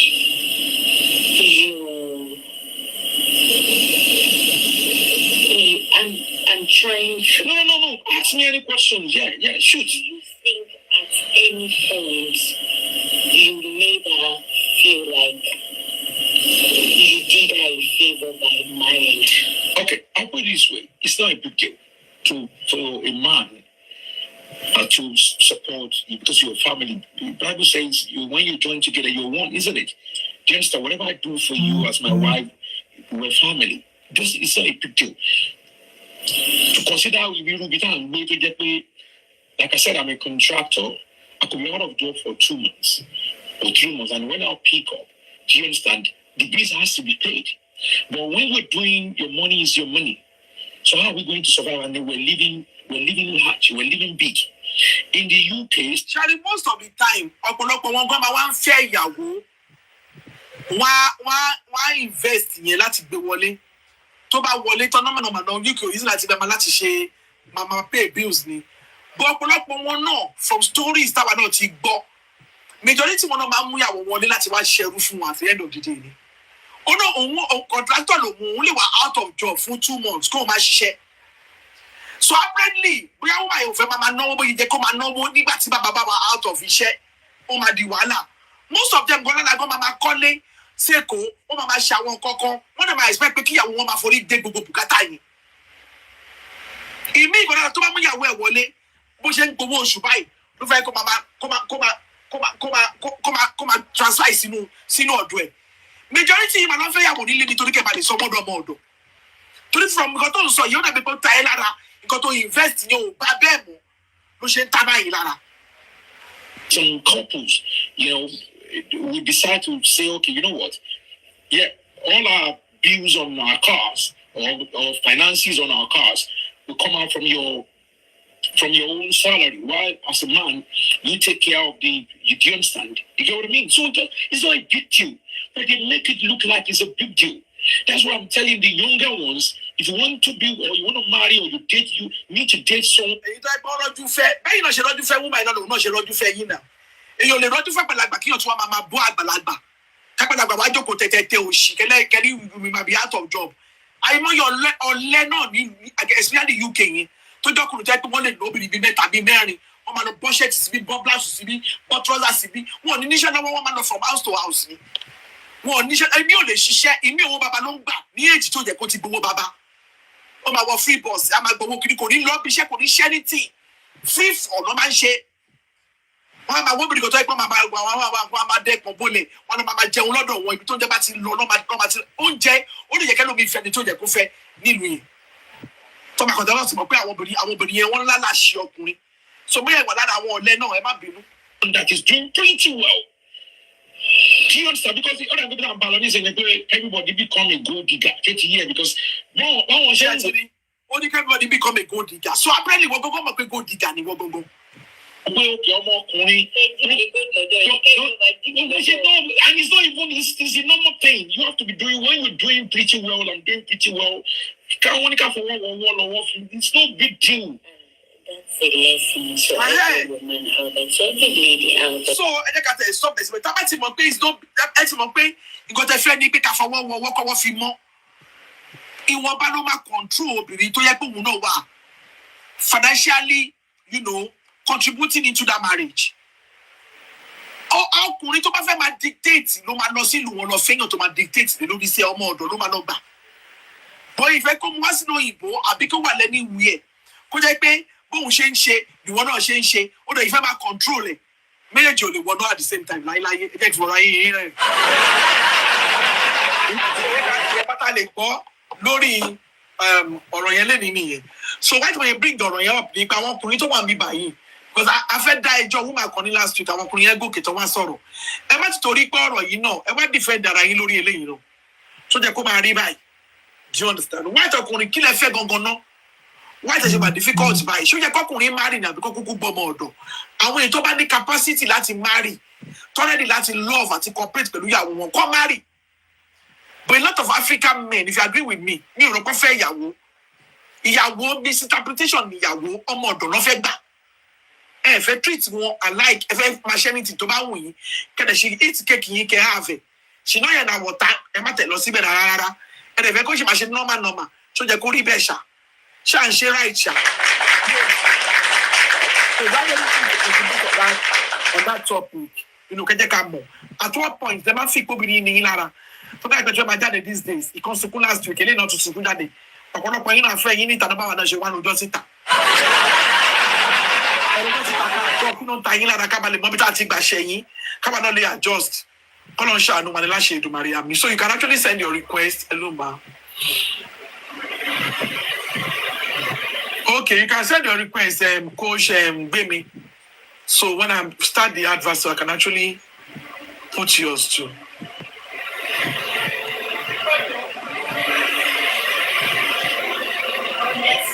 Wo bọ̀bọ̀ mi ò kí dúró ẹ o, swimming pool ń bẹ lábẹ́ mi, Sugarella làṣírí ẹwà mi. Ẹ jẹ́ bá mi complete goal mi o, tẹ́ bá fẹ́ wá sókè, kẹ́ send request or just say pick me up. Moderators máa gbé yín sókè ẹ ṣé.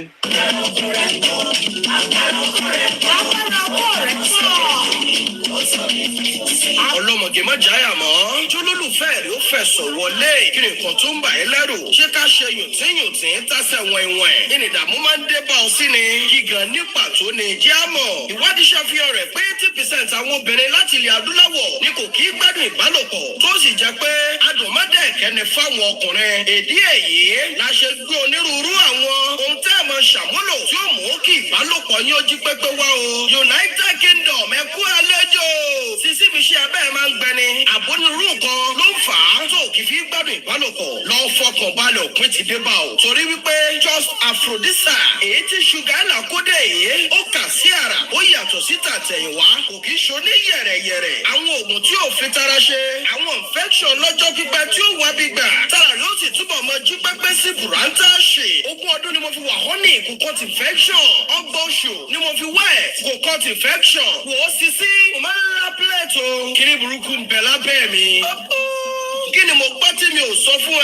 Olólùfẹ́ wọlé kí gbogbo ẹ̀ ó máa ṣe jọ̀bọ̀jọ̀bọ̀. Kó dàbí ẹni kójó ṣẹ̀ṣẹ̀rọ̀ tán. Ara nǹkan tí product wa lè ṣe fún ẹ nìyẹn. Ìwọ ṣe àkànṣe Sugarella lórí TikTok @Sugarella tàbí ẹ̀rọ ìbáraẹnisọ̀rọ̀ yìí 0739312104. Ìgbà ọ̀tún ti dé. Máa gbádùn olólùfẹ́, máa gbádùn bálòpọ̀. Agbára oko rẹ̀ pọ̀. Agbára oko rẹ̀ pọ̀. Ẹnìkan wà ní comment section yóò ń jẹ́ Frederick. Ó ní olórí you are anti-men and nothing men will say that will change your age for men. I don't hate men, no. But if you believe with this kind of kinito koyi, one of one aburu Uncle Shegun. If I hate men, I wouldn't get married now. Thank God, if me loko to man ronu bi wo se ronu yi. Ibi tolo nti mu eni again for aye ere.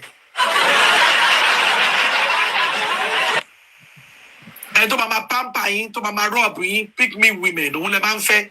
To mama rob show, to mama rob ego shi. Tegbe sapati oni think straight. Àwọn ọkùnrin tó rí wọn bá pé àwọn lèmi máa ń bá rìn. Thought they didn't maybe anti-men. Oh, so you understand? So if you have anything to say, you can say. If you don't have, shut up. Shut up. Because this kind of men, those are Emma always wanibi koni, Emma sure or thing about so. Oh, ni God that it was okay. To ban live a woman, but look, it was so tenue. Mabo, mabo. Got to the corner, look, anti-men. Kí ló dé tí àwọn men náà tó ṣe brother men tó ṣe gbé wà burúkú tó ṣe gbé sápá látẹ̀kọ́ tí mo ti ní káwọn èèyàn wá sókè lẹ́ẹ̀kan ṣó ti ní women kan lókè women tó yẹ pé àwọn tó ń gbéjà gbọ́n lára gan-an mú gan rọ́rọ̀ sọ. Dáadáa tí men kọ radio men ni diọ́tì.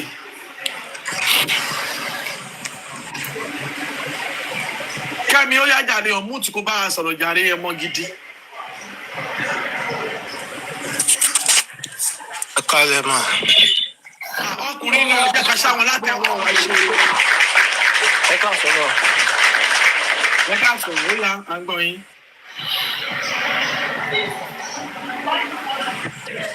Mo ń gbọ́ yín. Ẹ jọ̀ọ́ mo ní the advice ni èmi ò tí marry about to marry ni. But ẹni tí mò ń fẹ́ ó jẹ́ ọmọ school. Nígbà tá a bẹ̀rẹ̀ tó mi fẹ́ take much story rẹpẹtẹ. Ohun tó ṣẹlẹ̀ ní pé ìgbà tó ó fẹ́ wọ school àjọ ládéhùn ànẹ́dẹ̀mọ̀ gẹ́gẹ́ bí mentality pé tipátipá léèyàn lè fi jèrè ọmọ school. But ìwà tó ń wù àti tàṣéjọ ń ṣe mo dẹ̀ bí torí ó ti kọ́kọ́ ìgbà tó kọ́kọ́ gain admission mi show interest because of that mentality. Ìgbà tó dẹ̀ lọ tó ó padà wá bá mi. Mo tún wò pé wẹ́ ṣé kò sẹ́ni bọ́dì ó ní kò sẹ́ni bọ́dì. Okay, jẹ́ ká bẹ̀rẹ̀. So ìgbà tó fẹ́ lọ ṣe ND àjọ ládéhùn pé bóyá èmi náà wà máa wà ní school ìgbà tá a ti take it serious tó ti kọ́kọ́ lọ́dún mẹ́ta kan tó dẹ̀ tún padà wá. So along the process ó ṣàrí pé ìgbà tó wọ school padà adé pé ti bá pè kó má pick phone. Kí ló ṣẹlẹ̀? A ní má pè òun. Kí ló to cut the story short mo ṣáà get know pé ó léyàn kan tó ń fẹ́ ní school because lórí social media náà ni mo ti later get torí gbà tó ṣe birthday èèyàn kan ṣáà wish ẹ̀ mo ṣáà click sórí profile mo ṣáà rí tó wà tẹ́niyẹn ṣe ń ṣe gbogbo ẹ̀ mo dà okay later mo dà but this is not our agreement. Mo ṣáà bàjà tí mo sọ̀rọ̀ sí pé kó lè fi mí sílẹ̀ kó má wà á sọ́dọ̀ mi mọ́. But ohun tó wá surprise mi ni wípé èmi ti gbàgbé ẹ̀ over like and I'm a kind of person tó jẹ́ pé mi ń kóbìnrin. Tóbìnrin bá dẹ̀ ti disappoint mi bẹ́ẹ̀ yẹn ọdún kan ọdún méjì mo lè máa ronú nǹkan tó ń jóbìnrin tí màá kọ́ máa ronú life mi pé let me face my life. Díẹ̀ ọmọkùnrin ọ̀tọ̀ ló jẹ́ kóbìnrin máa ṣe tó ṣe ń ṣe. So ìgbà tó wá padà dé nsìn ó ti wá ṣe mo wá get know pé lórí social media tí mo ti discover pé ó ń fẹ́ nìyẹn ó dà pé òun àtẹnìyẹn wọ́n ti wá ní misunderstanding torí gbogbo fídíò tọ́jọ́ ń ṣe ìyẹn ti delete ẹ̀ everything so ó ti ṣetán padà ó wá padà wá lẹ́nu ọjọ́ mẹ́ta mi ti gbàgbé like 2-3 years tí mo ti létè gbẹ̀gbà tó kọ̀ padà wá láti bí ọ̀sẹ̀ méjì nsìn mi fún face mi fún lẹ́nìtìn mi bet ó ṣàn bá mi sọ̀rọ̀ ohun tó kọ́kọ́ come to my mind ni pé pẹ̀lú tí mo ṣe bàjà sọ̀rọ̀ sí ṣó ti gbàgbé ni àbí kí ló wà mind ẹ̀ are we still together gbogbo nǹkan bẹ́ẹ̀ yẹn bet mi fún lẹ́ni face pé okay like tá ṣe jọ wà tẹ́lẹ̀tẹ́lẹ̀ pé bóyá máa hug ẹ̀ kọ̀ọ̀kan àná dẹ̀ ń wá dáadáa so ohun tó ń bá mi lẹ́rù sí ni pé mi mọ̀ bóyá kí n bá sọ̀rọ̀ ká continue then secondly ni wípé ó tún máa lọ ṣe NYSC ẹ̀ that is another ọdún kan mi tábà ní ká bẹ̀rẹ̀ padà ń sìn tó bá tún dípò tún lọ ṣe NYSC ṣé kó tún ní ṣe same thing instead tá máa fi waste time ti tèmi and it's a kind of person tó jẹ́ pé mọ̀ tá invest and ìfẹ́ gan-an ó fẹ́ dàbí pé mi lẹ́ni ó wà sincere but I don't just understand but my fear sì ni wípé NYSC kò ń ṣe pàtí bá sọ̀rọ̀ àbí kájọ sọ̀rọ̀ but tó bá tún lọ ṣe NYSC nsìn ṣé kò tún ní di pé ohun tó ṣẹlẹ̀ lálákọ̀ọ́kọ́ á tún ṣẹlẹ̀ lẹ́lẹ́kejì so ohun tó ń convince mi nìyẹn ẹ ṣe mà. mo sì pé ó wà faithful àbí sincere àbí kí wọ́n lọ sọ sí.